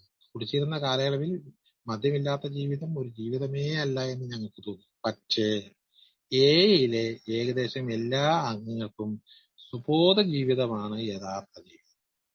ഇതിന്റെ അകത്ത് കൂടെ സഞ്ചരിക്കുമ്പോഴാണ് നമുക്ക് മനസ്സിലാവുന്നത്, ശരിക്കും ഇതല്ലേ ലൈഫ്, ഇതാണ് ലൈഫ്. നമ്മുടെ മുന്നിലുള്ള എല്ലാം നമ്മൾ കാണുന്നുണ്ട്. നമ്മളുടെ പഞ്ചേന്ദ്രിയങ്ങൾ തുറന്നിരിക്കുകയാണ്. എല്ലാം കാണുന്നുണ്ട്, എല്ലാം കേൾക്കുന്നുണ്ട്, എല്ലാം മണക്കുന്നുണ്ട്, എല്ലാം രുചിക്കുന്നുണ്ട്. എല്ലാ രുചികളും നമുക്കറിയാം, എല്ലാ മണവും നമുക്കറിയാം, എല്ലാ ശബ്ദങ്ങളും നമ്മൾ കേൾക്കുന്നു, എല്ലാം നമ്മൾ സ്പർശിക്കുന്നുണ്ട്. അപ്പോ പഞ്ചേന്ദ്രിയങ്ങൾ അതിന്റെ എല്ലാ പ്രവർത്തനങ്ങളും വളരെ കാര്യക്ഷമമായി നടക്കുന്നു. അതുകൊണ്ട് തന്നെ അതാണ് യഥാർത്ഥത്തിലുള്ള ജീവിതം. അതേസമയം കുടിച്ച് പൂസായി കഴിഞ്ഞാല് നമ്മുടെ ലക്ക് കിട്ടി കഴിഞ്ഞാൽ നമ്മുടെ ഏത് ഇന്ദ്രിയമാണ് പ്രവർത്തിക്കുക? കണ്ണ് ശരിക്കും പ്രവർത്തിക്കോ? ചെവി ശരിക്കും പ്രവർത്തിക്കോ? രുചി ശരിക്കും പ്രവർത്തിക്കോ? മണം ശരിക്കും പ്രവർത്തിക്കോ? ഒരു സാധനവും നമ്മുടെ പ്രവർത്തിക്കുന്നില്ല. അപ്പൊ നമ്മളുടെ പുറം ലോകവുമായിട്ടുള്ള നമ്മളുടെ എല്ലാ കണക്ഷൻസും നമ്മൾ ഒഴിവാക്കിയിട്ട് ഈ കുടിക്കുമ്പോൾ പോകുന്നുണ്ട്. അപ്പൊ യഥാർത്ഥമല്ലത്. എന്നിട്ട് അവിടെയാണ് നമ്മൾ ഇതിന്റെ രസമുണ്ടെന്ന് പറയുന്നത്. അവിടെ യാഥാർത്ഥ്യമായിട്ട് വന്നത്. അപ്പൊ യഥാർത്ഥത്തിലുള്ള ജീവിതം ആസ്വാദ്യകരമാണ്. ആ, അതിനെ അതിൻ്റെതായ രീതിയിൽ നോക്കിക്കാണാനും അതിൻ്റെതായ രീതിയിൽ പരിഗണിക്കാനും ഒക്കെ നമുക്ക് സാധിക്കുമെങ്കിൽ മാത്രമേ അത് രസകരമായി മാറൂ. അല്ലെങ്കിൽ ബോറാണ്. ആഗോള സെനോസ് പറയുന്നത് അതിൻ്റെതായ രീതിയിൽ അതിന്റെ യാഥാർത്ഥ്യത്തോടു കൂടി ഈ കാര്യങ്ങളെ നോക്കിക്കാണാനുള്ള ഒരു കഴിവ് നമുക്ക് ഉണ്ടാക്കിയെടുത്താൽ മാത്രമാണ് നമുക്ക് വളരെ രസകരമായിട്ട് പോകാൻ കഴിയും. എന്നോ നമുക്ക് ഇതിനകത്ത് വരേണ്ടതായിരുന്നു എന്നുള്ള ഒരു ചിന്ത നമുക്കുണ്ടാവുക. അത് സന്തുഷ്ടകരമായ ഒരു അനുഭവമാണ് കുടിക്കാതിരിക്കുക എന്നുള്ളത്. കുടി ഞങ്ങൾക്കുണ്ടാക്കിയ പ്രശ്നങ്ങളുമായി താരതമ്യപ്പെടുത്തുമ്പോൾ ഞങ്ങൾ അതാണ് കൂടുതൽ ഇഷ്ടപ്പെടുന്നത്. ഈ സന്തുഷ്ടകരമായ ഈ ജീവിതമാണ് നമ്മൾ എങ്ങനെ ഇഷ്ടപ്പെടാൻ കാരണം ഏല് വന്ന് കുറേ ദിവസം കഴിയുമ്പോൾ നമ്മളൊന്ന് താരതമ്യം ചെയ്ത് നോക്കുക. പണ്ട് കുടിച്ചിരുന്ന കാലയളവിലെ നമ്മളുടെ ജീവിതവും കുടി നിർത്തിയതിനു ശേഷമുള്ള നമ്മുടെ ജീവിതവും നമ്മൾ ഷെയറിംഗ് മീറ്റിംഗിൽ സ്ഥിരമായി നമ്മൾ താരതമ്യം ചെയ്യാറുണ്ട്. അങ്ങനെ താരതമ്യം ചെയ്യുമ്പോൾ ചിലർക്ക് തോന്നും ഇതിനേക്കാൾ നല്ലത് ആ കുടിക്കായിരുന്നു. ചിലർക്ക് തോന്നും ഈ കുടിക്കാതിരിക്കുന്ന ഈ കാലയളവാണ് ഏറ്റവും നല്ലത്. അങ്ങനെയുള്ള ആൾക്കാർ കുടിക്കാതെ രക്ഷപ്പെട്ടു പോകും. മറ്റുള്ള ആൾക്കാർ പിന്നെയും കുടിയിലേക്ക് പോകും. അപ്പോ ഇതിന്റെ അകത്ത് ഞാൻ പറഞ്ഞ സന്തുഷ്ടകരമായ ജീവിതമാണ് ഇതെന്ന് നമ്മൾ തിരിച്ചറിയും. മറ്റൊരു കാര്യം കൂടി, ആർക്കും കുടി നിർത്താം. ഞങ്ങളത് നിരവധി തവണ ചെയ്തിട്ടുമുണ്ട്. ഏതൊരു സാഹിത്യകാരനാണ്, വില്യം ഷേക്സ്പിയർ ആണോ എന്നറിയില്ല, പറഞ്ഞിട്ടുണ്ട്, it is easy to stop smoking. പുകവലി നിർത്തുക എന്നുള്ളത് വളരെ എളുപ്പമാണ്. ഞാനത് എത്രയോ തവണ നിർത്തിയിട്ടുണ്ട്. എത്രയോ പ്രാവശ്യം ഞാനത് നിർത്തിയിട്ട് വളരെ എളുപ്പമാണ്. അതുപോലെ തന്നെ കുടിയുടെ കാര്യവും പറയുന്നുണ്ട്. അത് കുടി നിർത്തുക എന്നുള്ളത് വളരെ എളുപ്പമാണ്. കാരണം ഞാൻ എത്രയോ തവണ കുടി നിർത്തിയിട്ടുണ്ട്. എന്നാൽ ശരിക്കും വേണ്ടത് ആ കുടി അന്ന് നിർത്തിയിട്ടുണ്ടെങ്കിൽ കുടി നിർത്തിവെച്ചു. പിന്നെ നമ്മൾ ഏതൊക്കെയോ നോമ്പ് നോറ്റപ്പോഴോ അല്ലെങ്കിൽ ഏതെങ്കിലും മരണം സംഭവിച്ചപ്പോഴോ അല്ലെങ്കിൽ ഏതെങ്കിലും ഒരു പ്രത്യേക സാഹചര്യത്തിലോ രോഗം വന്നപ്പോഴോ ഒക്കെ കുടിക്കാതെ ഇരുന്നിട്ടുണ്ട് നമ്മൾ. അല്ലെങ്കിൽ ഏതെങ്കിലും ഒരു പുസ്തകത്തിന്റെ മുകളിലൊക്കെ കുടിക്കാതെ ഇരുന്നിട്ടുണ്ട്. പക്ഷെ അന്നേരമൊക്കെ കുടിക്കാതിരുന്നു എന്നുള്ളതല്ലാതെ നമുക്ക് സുബോധം ഉണ്ടായിരുന്നില്ല എന്നുള്ളതാണ്. ബോധത്തെ കറക്റ്റ് ചെയ്തിരുന്നില്ല എന്നുള്ളത്. കാരണം കുടിക്കാതിരിക്കുന്നത് എന്തോ ഒരു ത്യാഗം ചെയ്യുന്നത് പോലെ ഒരു മനോഭാവത്തോടു കൂടിയാണ് അത് കുടിക്കാതെ ഇരുന്നിട്ടുള്ളത്. അപ്പൊ അതുകൊണ്ട് ശരിക്കും വേണ്ടത് ഈ ആ കുടിയിൽ നിന്ന് മാറി നിൽക്കുന്നതോടൊപ്പം തന്നെ സുബോധത്തെ നിലനിർത്തുകയും ജീവിക്കുകയും ചെയ്യുക എന്നുള്ളതാണ്. അതാണ് ഈ ചെറുഗ്രന്ഥത്തിന്റെ പ്രമേയം. എങ്ങനെയാണ് നമുക്ക് സുബോധം നിലനിർത്താൻ കഴിയുക എന്നുള്ളതാണ്. ഇതിന്റെ തൊട്ട് മുമ്പുള്ള പേജില് ഈ ശീർഷകത്തെ പറ്റി പറയുന്ന ഒരു ഭാഗം കൂടിയുണ്ട്. അതിൻ്റെ അകത്ത് പറയുന്നുണ്ട്, മദ്യമുക്തരായിരിക്കുക എന്ന വാക്കുകൾ സുബോധവാനായി ജീവിക്കുക എന്നല്ലെങ്കിൽ പോലും ആദ്യം കേട്ടപ്പോ തന്നെ ഞങ്ങളെ ശുണ്ഠി പിടിപ്പിച്ചു. ഞാൻ ആദ്യം പറഞ്ഞൊരു കാര്യമുണ്ട്, മദ്യപിക്കാതിരിക്കുക എന്ന വാക്കിന്റെ അർത്ഥം സുബോധവാനായിരിക്കുക എന്നുള്ളതല്ല. മദ്യപിക്കാതിരിക്കുക എന്ന് പറഞ്ഞാൽ അയാൾ മദ്യപിക്കുന്നില്ല, പക്ഷെ അയാൾക്ക് സുബോധം ഉണ്ടായിക്കൊള്ളുന്നില്ല. സുബോധത്തിന്റെ ഇൻഡിക്കേറ്റർ ഞാൻ നേരത്തെ പറഞ്ഞു. ശരിയായ ചിന്ത, ശരിയായ മനോഭാവം, ശരിയായ കാഴ്ചപ്പാട്, ശരിയായ പ്രവൃത്തി ഒക്കെ ഉള്ള ഒരു അവസ്ഥയാണ് സുബോധത്തിലുള്ളൊരവസ്ഥ. ഇപ്പൊ കുടിക്കാതിരിക്കുന്ന ഒരാൾക്ക് ഇപ്പോഴും ഈ സുബോധം ഉണ്ടായിക്കൊള്ളുന്നില്ല. ഇപ്പൊ മദ്യമുക്തരായിരിക്കുക എന്ന വാക്കുകൾ സുബോധവാനായി ജീവിക്കുക എന്നല്ല എങ്കിൽ പോലും അത് കേട്ടപ്പോ തന്നെ ഞങ്ങളെ ശുണ്ഠി പിടിപ്പിച്ചു. ഞങ്ങൾ ധാരാളമായി മദ്യപിച്ചിരുന്നെങ്കിലും ഞങ്ങളിൽ അധികം പേരും സ്വയം മദ്യപാനിയായി പരിഗണിച്ചിരുന്നില്ല. നമ്മളൊരു മദ്യപാനിയോ മദ്യപാന രോഗിയോ ആണ് എന്നൊരിക്കലും നമ്മൾ പരിഗണിച്ചിട്ടിരുന്നില്ല. ഒരു മദ്യപാനിയുടെ അവസ്ഥയിൽ ഞങ്ങളെ ആരും കണ്ടിട്ടില്ല എന്ന് ഞങ്ങൾക്ക് ഉറപ്പുണ്ട്. നമുക്ക് അറിയാവുന്ന ഒരു മദ്യപാനി ഉണ്ടല്ലോ, എപ്പോഴും കുടിച്ചിട്ട് വീട്ടിൽ പോയി അലമ്പുണ്ടാക്കുന്ന, കുടിച്ചിട്ട് റോട്ടിൽ ആടി നടക്കുന്ന, കുടിച്ചിട്ട് വീട്ടിൽ കച്ചറ ഉണ്ടാക്കുന്ന, അങ്ങാടിയിലൊക്കെ കച്ചറ ഉണ്ടാക്കുന്ന, കുടിച്ച് പൈസന്റെ കണക്കില്ലാതെ പോകുന്ന, കുടിച്ചിട്ട് വണ്ടി ഓടിക്കാൻ പറ്റാത്ത അവസ്ഥയിൽ, അങ്ങനെയുള്ള ഒരുപാട് ആൾക്കാരെ നമ്മൾ കണ്ടിട്ടുണ്ട്. ഞാൻ ഒരിക്കലും ആ ഗണത്തിൽ പെട്ടിട്ടില്ല എന്നുള്ളത് കൊണ്ട് ഞാനൊരു മദ്യാസക്ത രോഗിയോ അല്ലെങ്കിൽ മദ്യം എനിക്ക് കുഴപ്പമുണ്ടാക്കുന്നതാണോ എന്ന് നമ്മൾ ഒരിക്കലും ചിന്തിച്ചിട്ട് പോലില്ല. അതുകൊണ്ട് ഞങ്ങൾ ധാരാളമായി മദ്യപിച്ചിരുന്നെങ്കിൽ പോലും ഞങ്ങളിൽ അധികം പേരും സ്വയം മദ്യപാനിയായി പരിഗണിച്ചിരുന്നില്ല. പക്ഷെ നമ്മളുടെ മദ്യപാനിയാണ് എന്ന് ബാക്കിയുള്ളവരൊക്കെ പറഞ്ഞെങ്കിലും ഞാനത് പരിഗണിച്ചിരുന്നില്ല. ഒരു മദ്യപാനിയുടെ അവസ്ഥയിൽ ഞങ്ങളെ ആരും കണ്ടിട്ടില്ല എന്ന് ഞങ്ങൾക്ക് ഉറപ്പുണ്ട്. എന്നെ ആരും അങ്ങനെ കണ്ടിട്ടുണ്ടാവില്ല. എന്നെ ആരും ഞാൻ കുടിച്ച് ലെക്ക് കെട്ട് കച്ചറ ഉണ്ടാക്കി പോകുന്നത് ഞാനങ്ങനെ ചെയ്തിട്ടൊന്നുമില്ല. എന്നെ ആരും കണ്ടിട്ടുമില്ല. എനിക്ക് നല്ല ഉറപ്പുണ്ട്. ഞങ്ങളിൽ പലരും ഒരിക്കൽ പോലും വേച്ച് നടക്കുകയോ വീഴുകയോ നാവ് കുഴഞ്ഞ് സംസാരിക്കുകയോ ചെയ്തിട്ടില്ല. ഇതൊന്നും ഞങ്ങൾ ചെയ്തിട്ടില്ല. ഈ കള്ളുകുടിമാരൊക്കെ ചെയ്യുന്ന സാധനമാണത്. ഈ സംസാരിക്കുമ്പോൾ നാവ് കുഴയുക, വേച്ച് നടക്കുക, അതുപോലെ വീഴുക, റോട്ടിൽ വീഴുക, ആക്സിഡന്റ് ഉണ്ടാവുക, ഇങ്ങനെയുള്ള കാര്യങ്ങളൊന്നും ചിലപ്പോൾ നമ്മൾ ചെയ്തിട്ടില്ല. പോലീസ് കേസ് ഉണ്ടാവുക, ചെയ്തിട്ടൊന്നുമില്ല. ചിലർ അങ്ങനെ വിശ്വസിക്കുന്നു. മറ്റു ചിലരാകട്ടെ ഒരിക്കൽ പോലും ആത്മനിയന്ത്രണം നഷ്ടപ്പെടാത്തവരും എന്നും ജോലിക്ക് പോകുന്നവരും ഒരിക്കലും വാഹനാപകടങ്ങൾ ഉണ്ടാക്കാത്തവരുമാണ്. അങ്ങനെ ഒന്നുമില്ല, ഒരു കുഴപ്പമില്ല. അവര് ആൽക്കഹോളിക് ആണെന്ന് ഓർക്കണം. ആൽക്കഹോളിക് ആയിട്ടുള്ള ആൾക്കാർ തന്നെ ചിലപ്പോൾ ഈ ലെവലിലുള്ളവരും ആത്മനിയന്ത്രണം നഷ്ടപ്പെട്ടിട്ടുണ്ടാവില്ല, ജോലിക്ക് പോയിടുന്ന തടസ്സം ഉണ്ടായിട്ടുണ്ടാവില്ല, വാഹനാപകടമൊന്നും ഉണ്ടാവില്ല. ഇവർ അമിതമായി മദ്യപിച്ചതിന്റെ പേരിൽ ആശുപത്രികളിലോ ജയിലിലോ കിടന്നിട്ടും ഉണ്ടാവില്ല. മദ്യം പ്രശ്നമായി ആരെങ്കിലുമൊക്കെ പിടിച്ചുകൊണ്ട് ആശുപത്രി കൊണ്ടാക്കുകയോ അല്ലെങ്കിൽ മദ്യം പ്രശ്നമായി എന്നൊക്കെ എന്തെങ്കിലും കച്ചറുണ്ടായി പോലീസ് സ്റ്റേഷനിലെ ജയിലിൽ പോവുകയോ ഒന്നും ചെയ്തിട്ടില്ല. എങ്കിൽ പോലും മദ്യാസക്ത രോഗിയാണ്. അങ്ങനെ ഉള്ളവരാണ് മദ്യാസക്ത രോഗികൾ. അപ്പൊ ഞാനൊന്നും ആ സ്ഥാനത്തേക്ക് വരാത്തത് കൊണ്ട് ഞാൻ ഇങ്ങനൊന്നും ചെയ്യേണ്ട കാര്യമില്ല എന്ന് വിചാരിച്ചിട്ടാണ് ഇന്ന് ലോകത്തിലെ ഏകദേശം ദശലക്ഷക്കണക്കിന് മദ്യാസക്ത രോഗികൾ ഈ കാര്യം മനസ്സിലാക്കാതിരിക്കുന്നത്. വളരെ അപൂർവമായിട്ടുള്ള 10-50 ലക്ഷം ആൾക്കാരെ ഇപ്പോ നമ്മുടെ നാക്കുകൂടി സന ന്യൂസ് ലോകത്തൊട്ടാകെ ഈ ഒരു വിവരം ലഭിച്ച് മാറി നിൽക്കുന്നവരുണ്ട്. കുറഞ്ഞ ആൾക്കാർ മദ്യപിക്കുന്നതിൽ ഒരു 1% ഒക്കെ ആൾക്കാർ, മദ്യാസക്ത രോഗികൾ ഒരു 1% അല്ലെങ്കിൽ 2% ആൾക്കാർ ആകെ ഇതിനകത്ത് മാറി നിൽക്കുന്നുള്ളൂ. ബാക്കിയുള്ള ആൾക്കാർ ഇപ്പോഴും മദ്യപിക്കുന്നുണ്ട്. അവരാരും ഇത് തിരിച്ചറിയുന്നില്ല. നമ്മളെ സംബന്ധിച്ചിടത്തോളം വളരെ ഭാഗ്യമുണ്ട്, നമുക്ക് ഇത് തിരിച്ചറിയാൻ കഴിഞ്ഞു. എന്റെ ശരീരപ്രകൃതി മദ്യവുമായിട്ട് യോജിക്കുന്ന ഒരു സാധനമല്ല എന്ന് നമുക്ക് തിരിച്ചറിയാൻ പറ്റി എന്നുള്ളതാണ് നമ്മളെ സംബന്ധിച്ചിടത്തോളം വളരെ പ്രധാനപ്പെട്ട. പക്ഷെ ഏത് സമയത്തും ഏത് സന്ദർഭത്തിലും ഈ രോഗം മൂർച്ഛിക്കാമെന്നുള്ള ഒരു ബോധം നമുക്കുണ്ടെങ്കിൽ അടുത്ത ഒരു കുടിയിൽ നിന്ന് നമുക്ക് രക്ഷപ്പെടാൻ കഴിയും. ഞങ്ങളെക്കാൾ കൂടുതൽ കുടിക്കുന്ന നിരവധി ആളുകളെ ഞങ്ങൾക്കറിയാമായിരുന്നു. കുടി കൈകാര്യം ചെയ്യാൻ അറിയാത്ത ധാരാളം ആളുകളെ ഞങ്ങൾ കണ്ടിട്ടുണ്ട്. നമ്മൾ ഈ കണ്ടിട്ടുള്ള ഈ കുടി കൈകാര്യം ചെയ്യാൻ അറിയാത്ത ആൾക്കാരൊക്കെ കണ്ട് നമ്മൾ കളിയാക്കിയിട്ടുണ്ട്, നമ്മൾ കുറ്റം പറഞ്ഞിട്ടുണ്ട്.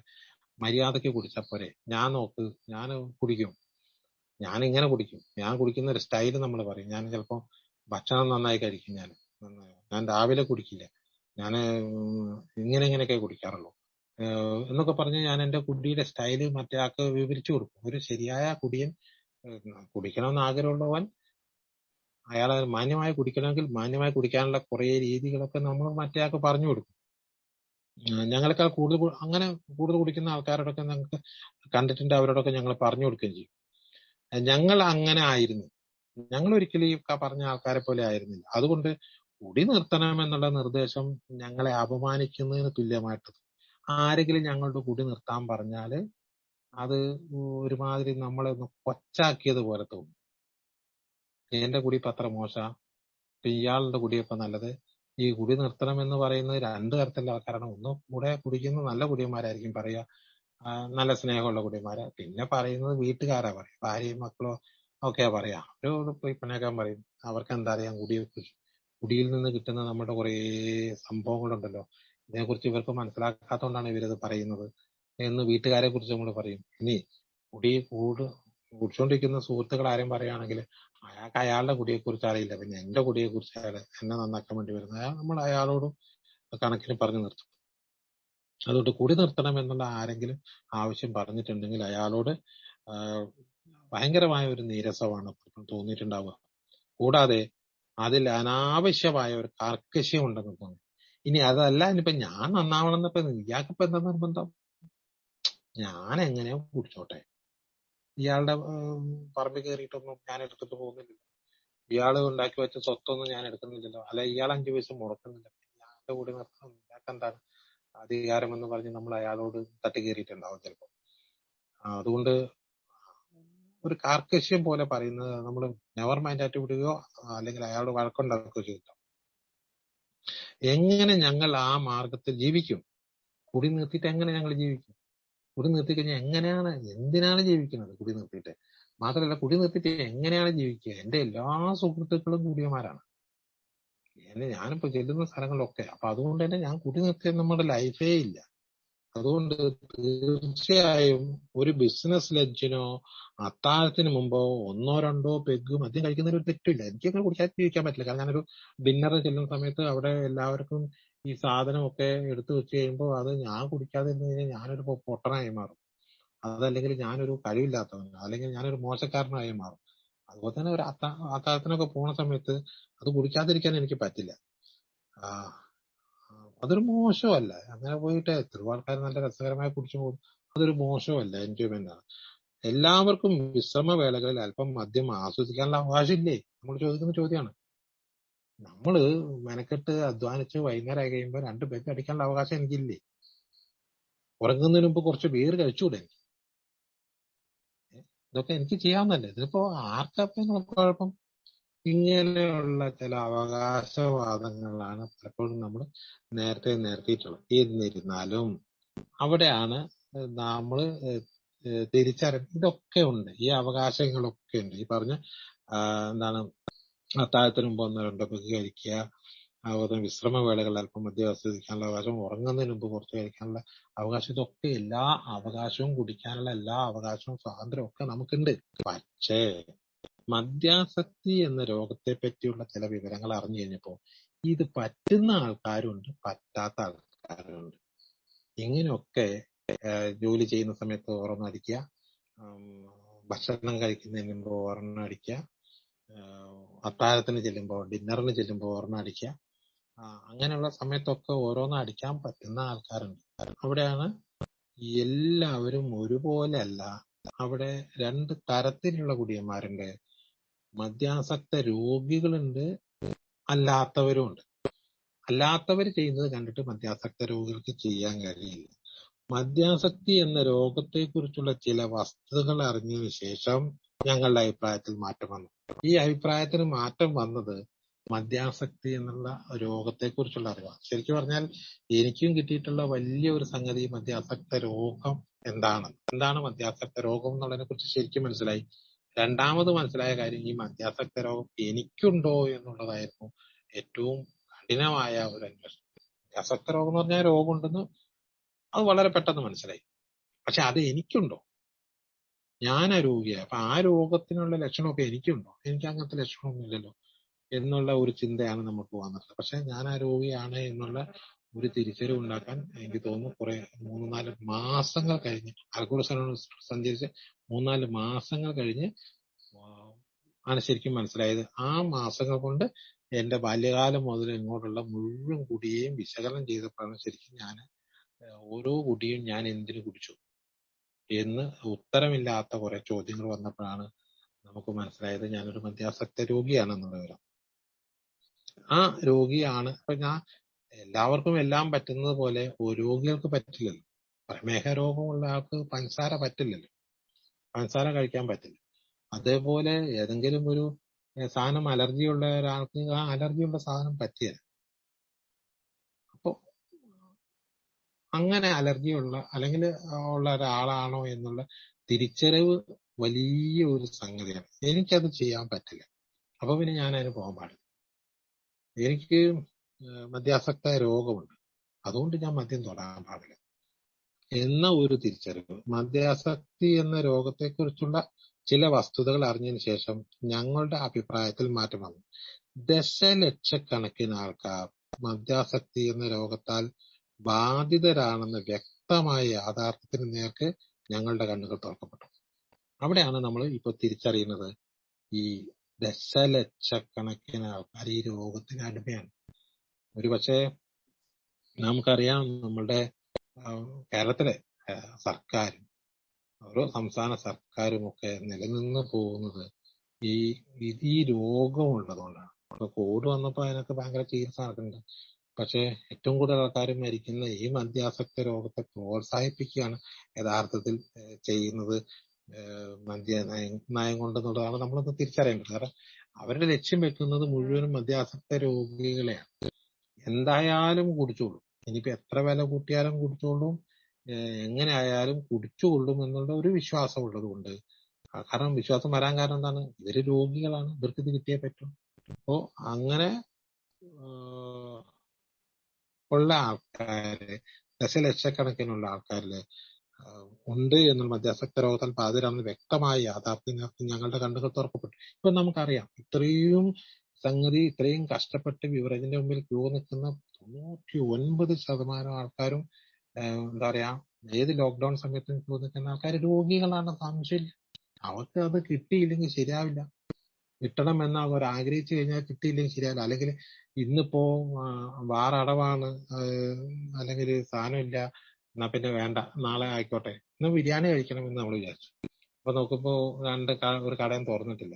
ഓക്കെ, നാളെ ആക്കാം എന്ന് പറഞ്ഞ് നമ്മൾ പിരിയും. പക്ഷെ ഫോൺ അടിക്കണമെന്ന് തീരുമാനിച്ചു കഴിഞ്ഞാൽ എന്നാ ശരി നാളെ ആക്കാമെന്ന് തീരുമാനിക്കില്ല. എവിടെയാണോ കിട്ടുക അവിടം വരെ പോകും.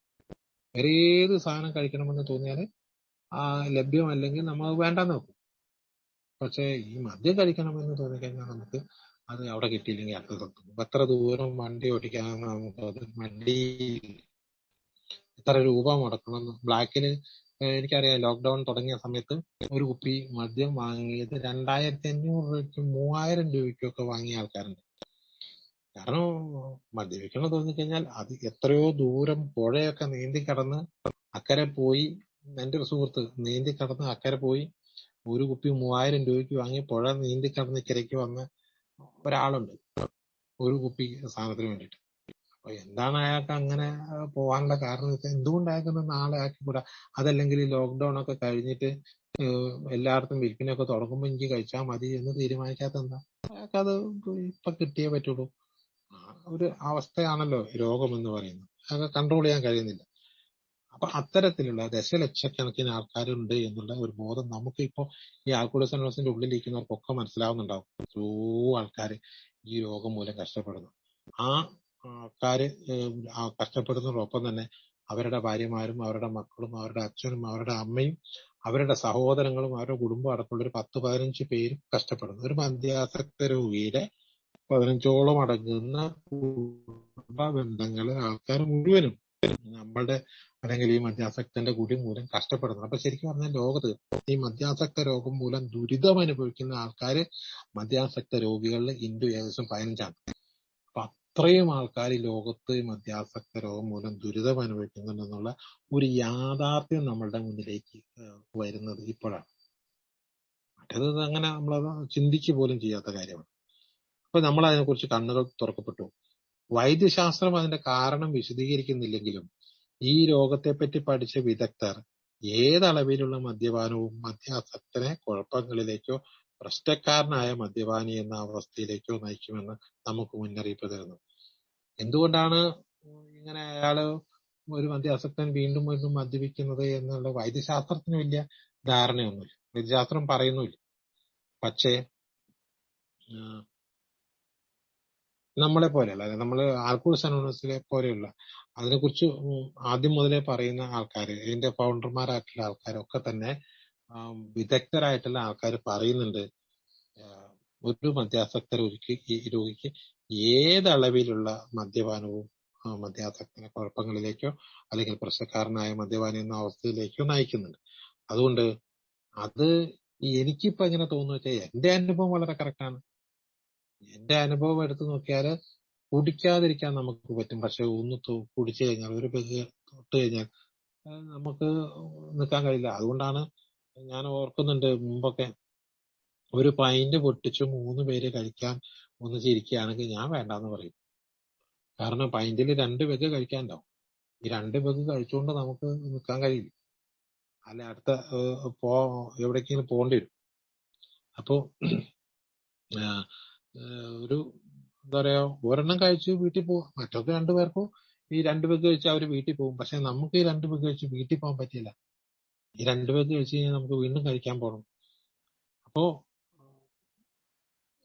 അപ്പൊ തന്നെ നമ്മുടെ രോഗാവസ്ഥയുടെ ഒരു മൂർധന്യത്തിലേക്ക് നമ്മൾ വരികയും ചെയ്യും. അതുകൊണ്ട് ഏതളവിലുള്ള മദ്യപാനവും മദ്യാസക്തന കുഴപ്പങ്ങളിലേക്കോ പ്രശ്നക്കാരനായ മദ്യപാനി എന്ന അവസ്ഥയിലേക്കോ നാം നയിക്കുന്നുവെന്ന് നമുക്ക് മുന്നറിയിപ്പ് തരുന്നു. ഞങ്ങളുടെ അനുഭവം ഇതിനെ അതിശക്തമായി സ്ഥിരീകരിക്കുന്നുണ്ട്. അപ്പോൾ ഒട്ടും മദ്യപിക്കാതിരിക്കുക. ഈ മദ്യത്തെ പൂർണ്ണമായും അങ്ങോട്ട് മാറ്റിവെക്കുക. അതായത് മദ്യവിമുക്തരായിരിക്കുക എന്നത് മദ്യാസക്ത രോഗത്തിൽ നിന്നുള്ള മോചന പ്രക്രിയയുടെ അടിസ്ഥാനമാകുന്നു. അപ്പൊ ഇതിന്റെ ഏറ്റവും സിമ്പിളായിട്ടുള്ള ലോജിക്ക് മാർഗമാണ് ഈ രോഗം എന്ന് പറഞ്ഞ ഇത്ര മാരകം ഭീകരവുമായിട്ടുള്ള ഈ രോഗത്തെ തടയിടാൻ മാസ്കും വേണ്ട, സാനിറ്റൈസറും വേണ്ട, അകലവും വേണ്ട. 3 കാര്യങ്ങൾ ചെയ്യണം. കോവിഡിന് മാസ്ക് വേണം, സാനിറ്റൈസർ വേണം, അകലവും പാലിക്കുക. ഇത് 3 കാര്യങ്ങൾ ചെയ്തുകൊണ്ടേ ഇരുന്നാൽ മാത്രം. ഇതിൽ ഏതെങ്കിലും ഒന്ന് പൊളിഞ്ഞാല് ചിലപ്പോൾ നമുക്ക് ഈ രോഗം വരാനുള്ള സാധ്യതയുണ്ട്. പക്ഷെ മദ്യാസക്തി എന്ന് പറഞ്ഞ രോഗം വരാതിരിക്കാൻ വേണ്ടിയിട്ട് ഒറ്റ കാര്യം ചെയ്യേണ്ടതുള്ളൂ. മദ്യം കുടിക്കാം. മദ്യപിക്കാണ്ടിരുന്നാൽ മതി. സാധനം നമ്മളുടെ വയറ്റിലെത്താണ്ടിരുന്നാൽ മതി. വേറെ ഒരു പ്രശ്നമില്ല. മദ്യമുക്തനായിരുന്നാൽ മതി. ശരിക്കും പറഞ്ഞാല് ഈ ലോകത്തുള്ള ഒരുപാട് രോഗങ്ങളുണ്ട്. ക്യാൻസർ, ലോകാരോഗ്യ സംഘടന പറയുന്ന ഏറ്റവും ഒന്നാമത്തെ ക്യാൻസർ, പിന്നെ ഹൃദ്രോഗം, പിന്നെ എയ്ഡ്സ്, പിന്നെ മദ്യാസക്തി. അത് കഴിഞ്ഞ് പിന്നെ പറയുന്ന രോഗവിവര പട്ടികകളിലൊക്കെ തന്നെ മറ്റേ ഇപ്പൊ ക്യാൻസർ വരാതിരിക്കണമെങ്കിൽ കുറേ അധികം കാര്യങ്ങൾ നമ്മൾ ശ്രദ്ധിക്കേണ്ടത്. അതുപോലെ ഹൃദ്രോഗം വരാതിരിക്കണമെങ്കിൽ നമുക്ക് കുറേ കാര്യങ്ങൾ ശ്രദ്ധിക്കേണ്ടതുണ്ട്. അപ്പൊ പല രോഗങ്ങളും വരാതിരിക്കാൻ ഒരുപാട് കാര്യങ്ങൾ നമ്മൾ ശ്രദ്ധിക്കേണ്ടതുണ്ട്. പക്ഷെ മദ്യാസക്തി എന്ന രോഗം വരാതിരിക്കാൻ ഒരു ഒറ്റ കാര്യം ശ്രദ്ധിച്ചാൽ മതി, മദ്യപിക്കാതിരുന്നാൽ മതി. അതായത് സിമ്പിൾ ട്രീറ്റ്മെന്റ് ഉള്ള ഒരു രോഗമാണ്, ഈ മാരകമായ രോഗമാണ് മദ്യാസക്തി. സിമ്പിളാണ്. ഒറ്റ കാര്യം ചെയ്യേണ്ടുള്ളൂ, മദ്യപിക്കാതിരിക്കുക, അല്ലെങ്കിൽ മദ്യവിമുക്തരായിരിക്കുന്നത്. മദ്യാസക്ത രോഗത്തിനുള്ള മോചനം. പക്ഷേ മദ്യപിക്കാതിരിക്കുക എന്ന് പറയുന്നത് ഞാൻ നേരത്തെ ആദ്യം പറഞ്ഞിരുന്നു, അത് ഒന്നാമത്തെ സ്റ്റെപ്പ് മാത്രമേ ആവുന്നുള്ളൂ. അതായത് ഇപ്പൊ നമ്മൾ ആ മദ്യം അങ്ങോട്ട് മാറ്റിവെച്ചു. അതായത് മദ്യം മാറ്റിവെക്കുക എന്നുള്ള ഒരു പ്രക്രിയ നടത്തി. ഇപ്പൊ കുടിക്കുന്നില്ല, അത് മാറ്റിവെച്ചു. പക്ഷേ ഈ പ്രക്രിയ പെട്ടെന്ന് ഉണ്ടാവണമല്ല. അത് ഒരു ചിന്തയുടെ ഭാഗമായിട്ടാണ്, ഒരു സംഭവത്തിന്റെ ഭാഗമായിട്ടാണ് ഈ ചിന്ത ഉണ്ടാവുന്നത്. ആ ചിന്തയിൽ നിന്നാണ് നമ്മൾ മദ്യപിക്കാൻ പോകുന്നത്. അപ്പോൾ അതിലേക്ക് നയിക്കുന്ന എല്ലാ ചിന്തകളെയും തടയാൻ നമുക്ക് ശ്രമിക്കേണ്ടതുണ്ട്. അപ്പൊ മദ്യവിമുക്തരായിരുന്നാൽ മതി എന്നുള്ള കാര്യമൊക്കെ എന്നത് മദ്യാസക്ത രോഗത്തിൽ നിന്ന് മോചന പ്രക്രിയയുടെ അടിസ്ഥാനമാണ്. ഇവിടെ തറപ്പിച്ച് പറയപ്പെടേണ്ട ഒരു വസ്തുതയുണ്ട്. സുബോധ ജീവിതം ഞങ്ങൾ ഭയന്നതുപോലെ ഒട്ടും കഠിനമോ മുഷിപ്പിക്കുന്നതോ അസ്വസ്ഥമാക്കുന്നതോ അല്ല. നേരത്തെ മറ്റേ കഠിനവും രസപുല്യമായ കാര്യമല്ല എന്ന് പറഞ്ഞാൽ തന്നെ സുബോധ ജീവിതം വളരെ കഷ്ടപ്പാട് നിറഞ്ഞൊരു സാധനമൊന്നുമല്ല, മുഷിപ്പിക്കുന്നതോ ബോറടിപ്പിക്കുന്നതല്ല. മറിച്ച് ആ ജീവിതം ഞങ്ങൾ ആസ്വദിക്കാൻ ആരംഭിക്കുകയും മദ്യപിച്ചിരുന്ന കാലയളവിനേക്കാൾ കൂടുതൽ ആവേശകരമായി ആ ദിവസം നമുക്ക് അനുഭവപ്പെടുകയും ചെയ്യും. മദ്യപിക്കാതിരിക്കുന്നതിന്റെ ആനന്ദം തിരിച്ചറിയുക, സന്തോഷം തിരിച്ചറിയുക, അതിനെ എൻജോയ്മെന്റ് ആക്കി മാറ്റാൻ നമുക്ക് കഴിയണം. മദ്യപിക്കാതിരിക്കുക എന്നുള്ള ഒന്നാം സ്റ്റെപ്പ്. മദ്യപിക്കാതിരിക്കുന്ന കാലയളവിൽ ഏറ്റവും രസകരമായി ജീവിക്കാൻ നമുക്ക് കഴിയണം, ഏറ്റവും സന്തോഷകരമായി ജീവിക്കാൻ നമുക്ക് കഴിയണം, ആസ്വദിച്ച് ജീവിക്കാൻ നമുക്ക് കഴിയണം. ആസ്വദിച്ച് ജീവിക്കാന്, സന്തോഷകരമായിരിക്കാന് ഒക്കെ നമ്മൾ ചില നടപടികൾ ചെയ്താൽ നമുക്ക് സാധിക്കും, ചില ടിപ്പുകൾ ചെയ്താൽ നമുക്ക് സാധിക്കും. അങ്ങനെ ചെയ്ത് പരിശീലിച്ചിട്ടുള്ളവര് പറയുന്നത് എന്താ പറയാ, ഈ ഇത്രയും രസകരമായ ഒരു ജീവിതത്തെ ആണോ നമ്മുടെ കുടിച്ച് കാലങ്ങൾ വെറുതെ കളഞ്ഞു പോയത് എന്ന് പറയുന്നുണ്ട്. അപ്പൊ അതുകൊണ്ട് എന്തൊക്കെ ടിപ്പുകളാണ് നമുക്ക് ഉപയോഗിക്കാൻ കഴിയുക എന്നുള്ളതിനെ കുറിച്ച് നമുക്ക് വിശദമായിട്ട് പഠിക്കാം. അതാണ് ആമുഖത്തിൽ പറയാനുള്ളത്. പിന്നെ ഇവിടെ നമുക്ക് ഒരുപാട് നമ്മളുടെ ചോദ്യങ്ങൾക്ക് നമുക്ക് ഉത്തരം കിട്ടും. അതായത് ചില ചോദ്യങ്ങള് എന്താ പറയാ, നമ്മള് ഒരു കള്ളുകുടി സഭയിൽ, ഒരു മധ്യ സർക്കാരത്തിൽ, ഒരു പാർട്ടിയിൽ, ഡിന്നറിന് ഒക്കെ ചെല്ലുമ്പോൾ നമ്മൾ എന്ത് ചെയ്യും? അവിടെ ചെല്ലുമ്പോൾ നമ്മൾ എങ്ങനെയാണ് കുടിക്കാതിരിക്കുക? എല്ലാവരും നമ്മളെ നിർബന്ധിക്കും. നമ്മളൊരു മോശക്കാരനാവും. എന്ത് നമ്മൾ അവിടെ പോയിട്ട് ചെയ്യണം? അതുപോലെ തന്നെ നമ്മുടെ വീട്ടില് ഞാനിപ്പോ കുടിക്കാത്തുള്ളൂ. എന്റെ പാളിയും കുടിക്കും, അവര് കുടിക്കും, ഇവര് കുടിക്കും. ഇവരൊക്കെ പലപ്പോഴും എന്റെ വീട്ടിൽ ഗസ്റ്റ് ആയിട്ട് വരാറുണ്ട്. അപ്പൊ നേരത്തെ ഗസ്റ്റ് ആയിട്ടൊക്കെ വരുന്ന സമയത്ത് അവർക്കൊക്കെ ഇവിടെ വന്നാൽ ഒരു സ്മോള് കൊടുത്ത് അവർ വളരെ ഹാപ്പി ആയിട്ട് പോകുമായിരുന്നു. ഇപ്പൊ അവര് വരുമ്പോ ഞാൻ കൂടി നിർത്തി എന്നുള്ളതിന്റെ പേരില് അവർക്ക് കൊടുക്കാണ്ടിരിക്കുന്നത് മോശമല്ലേ? അപ്പോ വീട്ടിൽ ഒരു കുപ്പി വാങ്ങി അവിടെ ഇരുന്നോട്ടെ, ഞാൻ കുടിക്കുന്നില്ല. അങ്ങനെ നമുക്ക് വീട്ടിൽ കുപ്പി വാങ്ങിച്ചു വെക്കാൻ പാടുണ്ടോ? അതുപോലെ തന്നെ എന്തുകൊണ്ടാണ് ഞാനിപ്പോ കുടിക്കുന്നില്ല, ഞാൻ കൂടി നിർത്തി എന്നുള്ള വേറെ ആൾക്കാരോട് പറയേണ്ടതുണ്ടോ? അങ്ങനെയാണെങ്കിൽ ഞാനൊരു കഴിവില്ലാത്തവനാണെന്ന് വിചാരിക്കില്ലേ? ഞാനൊരു അത്രയും ചിലപ്പോൾ ഞാൻ ഈ ചോദ്യം കേട്ടിട്ടുണ്ട്. ഞാൻ കൂടി നിർത്തിയതാണെന്ന് ഞാൻ ഒരാളോട് 1-2 പേരോടൊക്കെ പറഞ്ഞിട്ടുണ്ടായിരുന്നു. അപ്പോ അവര് തിരിച്ചു ചോദിച്ച ചോദ്യമുണ്ട്, അത്രയും വലിയ കുടീനായിരുന്നു നീ എന്ന്. അപ്പൊ കുടി നിർത്താൻ മാത്രമുള്ളൊരു കുടി നമ്മൾ കുടിച്ചോന്ന് ചോദിക്കും. അപ്പൊ നമ്മളെ വീണ്ടും ഒരു കൊച്ചാക്കലാണ്. അപ്പൊ അങ്ങനെ നമ്മൾ കുടി നിർത്തി എന്ന് പറയണോ? എന്താണ് നമ്മൾ ഇവരോടൊക്കെ പറയേണ്ടത്? അതുപോലെ തന്നെ നമ്മുടെ സെക്സിനെയൊക്കെ ഈ ഒരു കുടി ബാധിക്കുവോ? സെക്സ് കൂടുവോ കുറയോ, താല്പര്യമില്ലാതെ വരുവോ ഒക്കെ ചെയ്യുമോ? അതുപോലെ തന്നെ നന്നായി ഉറങ്ങുന്ന 2 അടിച്ചു കഴിഞ്ഞാൽ സുഖമായിട്ട് ഉറങ്ങാൻ പറ്റും, പക്ഷെ മദ്യപിക്കാതെ കഴിഞ്ഞാൽ ഉറക്കം കിട്ടുവോ? അതുപോലെ തന്നെ സ്വപ്നങ്ങള് ഇങ്ങനെ ഉറക്കത്തിൽ ഇങ്ങനെ സ്വപ്നം കാണുന്നു, കുടിക്കുന്ന കാര്യങ്ങളൊക്കെ സ്വപ്നം കാണുന്നുണ്ട്. അങ്ങനെ സ്വപ്നം കണ്ടു കഴിഞ്ഞാൽ പിന്നെ ഞാൻ പോയി കുടിക്കുമോ? അങ്ങനെ കാണാൻ പാടുണ്ടോ എന്നൊക്കെ. അതല്ലെങ്കിൽ ഈ ഡ്രൈ ഡ്രിങ്കർ എന്ന് പറയും, ഈ കുടിക്കുന്നത് കണ്ടിട്ട് ഇങ്ങനെ നമ്മൾ ആസ്വദിക്കുക, മറ്റുള്ളവരൊക്കെ കുടിസഭയിൽ പോയി ഇരിക്കാൻ പാടുണ്ടോ എന്നൊക്കെ നമുക്ക് ചില സംശയങ്ങളുണ്ടാവും. ബാറിൽ പോകാവോ? ബാറിൽ ബാക്കിയുള്ളവരൊക്കെ കുടിച്ചോട്ടെ, ഞാൻ പോയി ഭക്ഷണം കഴിക്കാൻ വേണ്ടി ബാറിൽ നമുക്ക് പോകാമോ? എന്താണ് നമ്മൾ ചെയ്യേണ്ടത്? അതുപോലെ ഈ ബോറടിക്കുന്ന സമയം വരുമല്ലോ, ഒറ്റയ്ക്ക് ഇരുന്ന് ഇങ്ങനെ ബോറടിച്ച് ഒന്നും ചെയ്യാതിരിക്കുന്ന സമയത്ത് ഞാൻ എന്താണ് ചെയ്യുക? ഇപ്പൊ കുടിക്കണം എന്നുള്ള തോന്നല് ഒറ്റയ്ക്ക് ഇരിക്കുമ്പോ വരുമല്ലോ, ഏകാന്തമായിരിക്കുമ്പോ. ആ സമയത്ത് എന്താ ചെയ്യുക? അത് തന്നെ ഭയങ്കര ഹാപ്പിയുള്ള സമയം, ഇപ്പൊ വീട്ടില് വല്ല ബർത്ത്ഡേ പാർട്ടിയോ അതല്ലെങ്കിൽ ആഘോഷങ്ങളോ ഒക്കെ, അല്ലെങ്കിൽ തൊട്ടടുത്ത പള്ളിയിലോ അവിടെയൊക്കെ പെരുന്നാളോ ഉത്സവങ്ങളോ ഒക്കെ വരുന്ന സമയത്ത് നമ്മളവിടെ ചെല്ലുമ്പോൾ എല്ലാവരും ഭയങ്കര ഹാപ്പി ആയിട്ടിരിക്കുന്ന സമയത്ത് ഞാൻ ഈ കുടിക്കാതെ അവിടെ പോയിട്ട് എന്നാ ചെയ്യാനാന്ന് വിചാരിച്ച് ഞാൻ വീട്ടിലിരിക്കാൻ പാടുണ്ടോ, അല്ലെങ്കിൽ അവിടെ പോകാൻ പാടുണ്ടോ, അവിടെ പോയിട്ട് എന്ത് ചെയ്യണം എന്നുള്ള കാര്യത്തെ കുറിച്ച് നമുക്കൊരു നല്ല ഒരു ധാരണയൊക്കെ ഉണ്ടാവേണ്ടതുണ്ട്. അപ്പൊ തന്നെ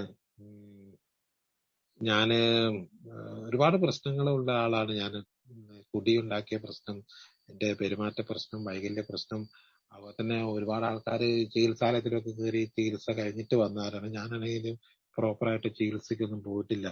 അതുകൊണ്ട് തന്നെ എനിക്ക് അങ്ങനെ ചികിത്സയൊന്നും കിട്ടാതെ ഇപ്പൊ എനിക്ക് കുടിയിൽ നിന്ന് മാറിയിരിക്കാൻ കഴിയുമോ എന്നുള്ള കുറെ സംശയങ്ങളുണ്ടാവും. അതുപോലെ തന്നെ ഈ പഴയ ഫ്രണ്ട്സിനെ, കുടിച്ചുകൊണ്ടിരിക്കുന്ന കാലത്തെ ഫ്രണ്ട്സിനെയൊക്കെ ഇങ്ങനെ കാണും നാട്ടിലിറങ്ങുമ്പോൾ. അവരെ ഒക്കെ കാണുമ്പോൾ ഞാൻ എന്താ ചെയ്യുക? അവരോട് ഞാൻ എന്താ പറയാ? അവരുടെ കൂട്ടത്തിൽ കൂടണോ കൂടാതിരിക്കണോ എന്നുള്ള കാര്യത്തെ കുറിച്ച് നമുക്ക് ഡൗട്ട് ഉണ്ടാവും. അതുപോലെ എന്റെ പഴയ കുറെ സ്വഭാവം ഉണ്ടായിരുന്നു. എന്റെ പഴയ റൂട്ടുണ്ട്, രാവിലെ മുതൽ വൈകുന്നേരം വരെയുള്ള എന്റെ ഒരു ചാനലുണ്ട്. ആ റൂട്ട് ഞാൻ അടയ്ക്കണോ, അത് വേറെ റൂട്ടിൽ കൂടെ പോകണോ, ആ റൂട്ടിൽ കൂടെ പോയാൽ കുഴപ്പമുണ്ടോ എന്നുള്ള കാര്യത്തെ കുറിച്ചൊക്കെ നമുക്ക് വ്യക്തമായ ധാരണ ലഭിക്കേണ്ടതുണ്ട്. ഈ പറഞ്ഞ ധാരണകളൊക്കെ ലഭിക്കാനാണ് യഥാർത്ഥത്തിൽ ഈ പുസ്തകത്തിലൂടെ നമ്മൾ കടന്നു പോകുന്നത്. തീർച്ചയായിട്ടും നമുക്ക് അതിന് സാധിക്കും എന്ന് വിചാരിക്കാം. ഇന്ന് ഞാൻ അതിലേക്ക് കടക്കാത്തത്, അതിന് കടന്നു കഴിഞ്ഞാൽ അതിന്റെ ഒരു സമയം കിട്ടില്ല എന്നുള്ളത് കൊണ്ടാണ്. ഏതായാലും ഇതിന് ആദ്യത്തെ ഈ ചെറുഗ്രന്ഥം ഉപയോഗിക്കേണ്ട വിധത്തിൽ ആദ്യത്തെ ഒരു ഖണ്ഡിക വായിച്ച് ഞാൻ അവസാനിപ്പിക്കാം. ഈ ചെറുഗ്രന്ഥം മദ്യാസക്ത രോഗത്തിൽ നിന്ന് മോചനം പ്രാപിക്കാനുള്ള ഒരു പദ്ധതി വാഗ്ദാനം ചെയ്യുന്നില്ല. ഒരു പദ്ധതി അങ്ങനെ പറയുന്നില്ല, ഇങ്ങനെയാണ് ചെയ്യേണ്ടത്. പക്ഷെ പിന്നെന്താ, ആൽക്കഹോളിക്സ് അനോണിമസിന്റെ സുഖപ്പെടൽ പദ്ധതിയുടെ പടികൾ ആൽക്കഹോളിക്സ് അനോണിമസ് 12 പടികളും 12 പാരമ്പര്യങ്ങളും എന്നീ ഗ്രന്ഥങ്ങളിൽ വിശദമായി പ്രതിപാദിച്ചിട്ടുണ്ട്. ഈ പടികൾ ഇവിടെ വ്യാഖ്യാനിക്കുന്നില്ല. അതിലൂടെ സംഭവിക്കുന്ന സുഖപ്പെടൽ പ്രക്രിയയും ഈ ചെറിയ ഗ്രന്ഥത്തിൽ ചർച്ചയ്ക്ക് വിധേയമാക്കുന്നില്ല. അതായത് സുഖപ്പെടാൻ വേണ്ടി നമ്മുടെ മുന്നിലേക്ക് വെച്ചിട്ടുള്ള പ്രധാനപ്പെട്ട കാര്യമാണ് പടികൾ. അത് ഞാൻ നേരത്തെ പറഞ്ഞല്ലോ, അതിവിടെ പറയുന്നില്ല. മറിച്ച് കുടിയിലേക്ക് നയിച്ചിട്ടുള്ള നമ്മളുടെ വ്യക്തിപരമായ ചില സ്വഭാവ സവിശേഷതകളെ ഒന്ന് റിഫൈൻ ചെയ്തെടുക്കാൻ, ഒന്ന് പുനഃക്രമീകരിക്കാൻ നമ്മളെ പടികൾ സഹായിക്കുന്നുണ്ട്. അത് ഇവിടെ പറയുന്നില്ല. മറിച്ച് ഇവിടെ എന്താണ്, മദ്യപിക്കാതെ ജീവിക്കുന്നതിന് ഞങ്ങൾ അവലംബിച്ചിട്ടുള്ള ചില മാർഗങ്ങളെ പറ്റിയാണ് ഇവിടെ വിവരിക്കുന്നത്.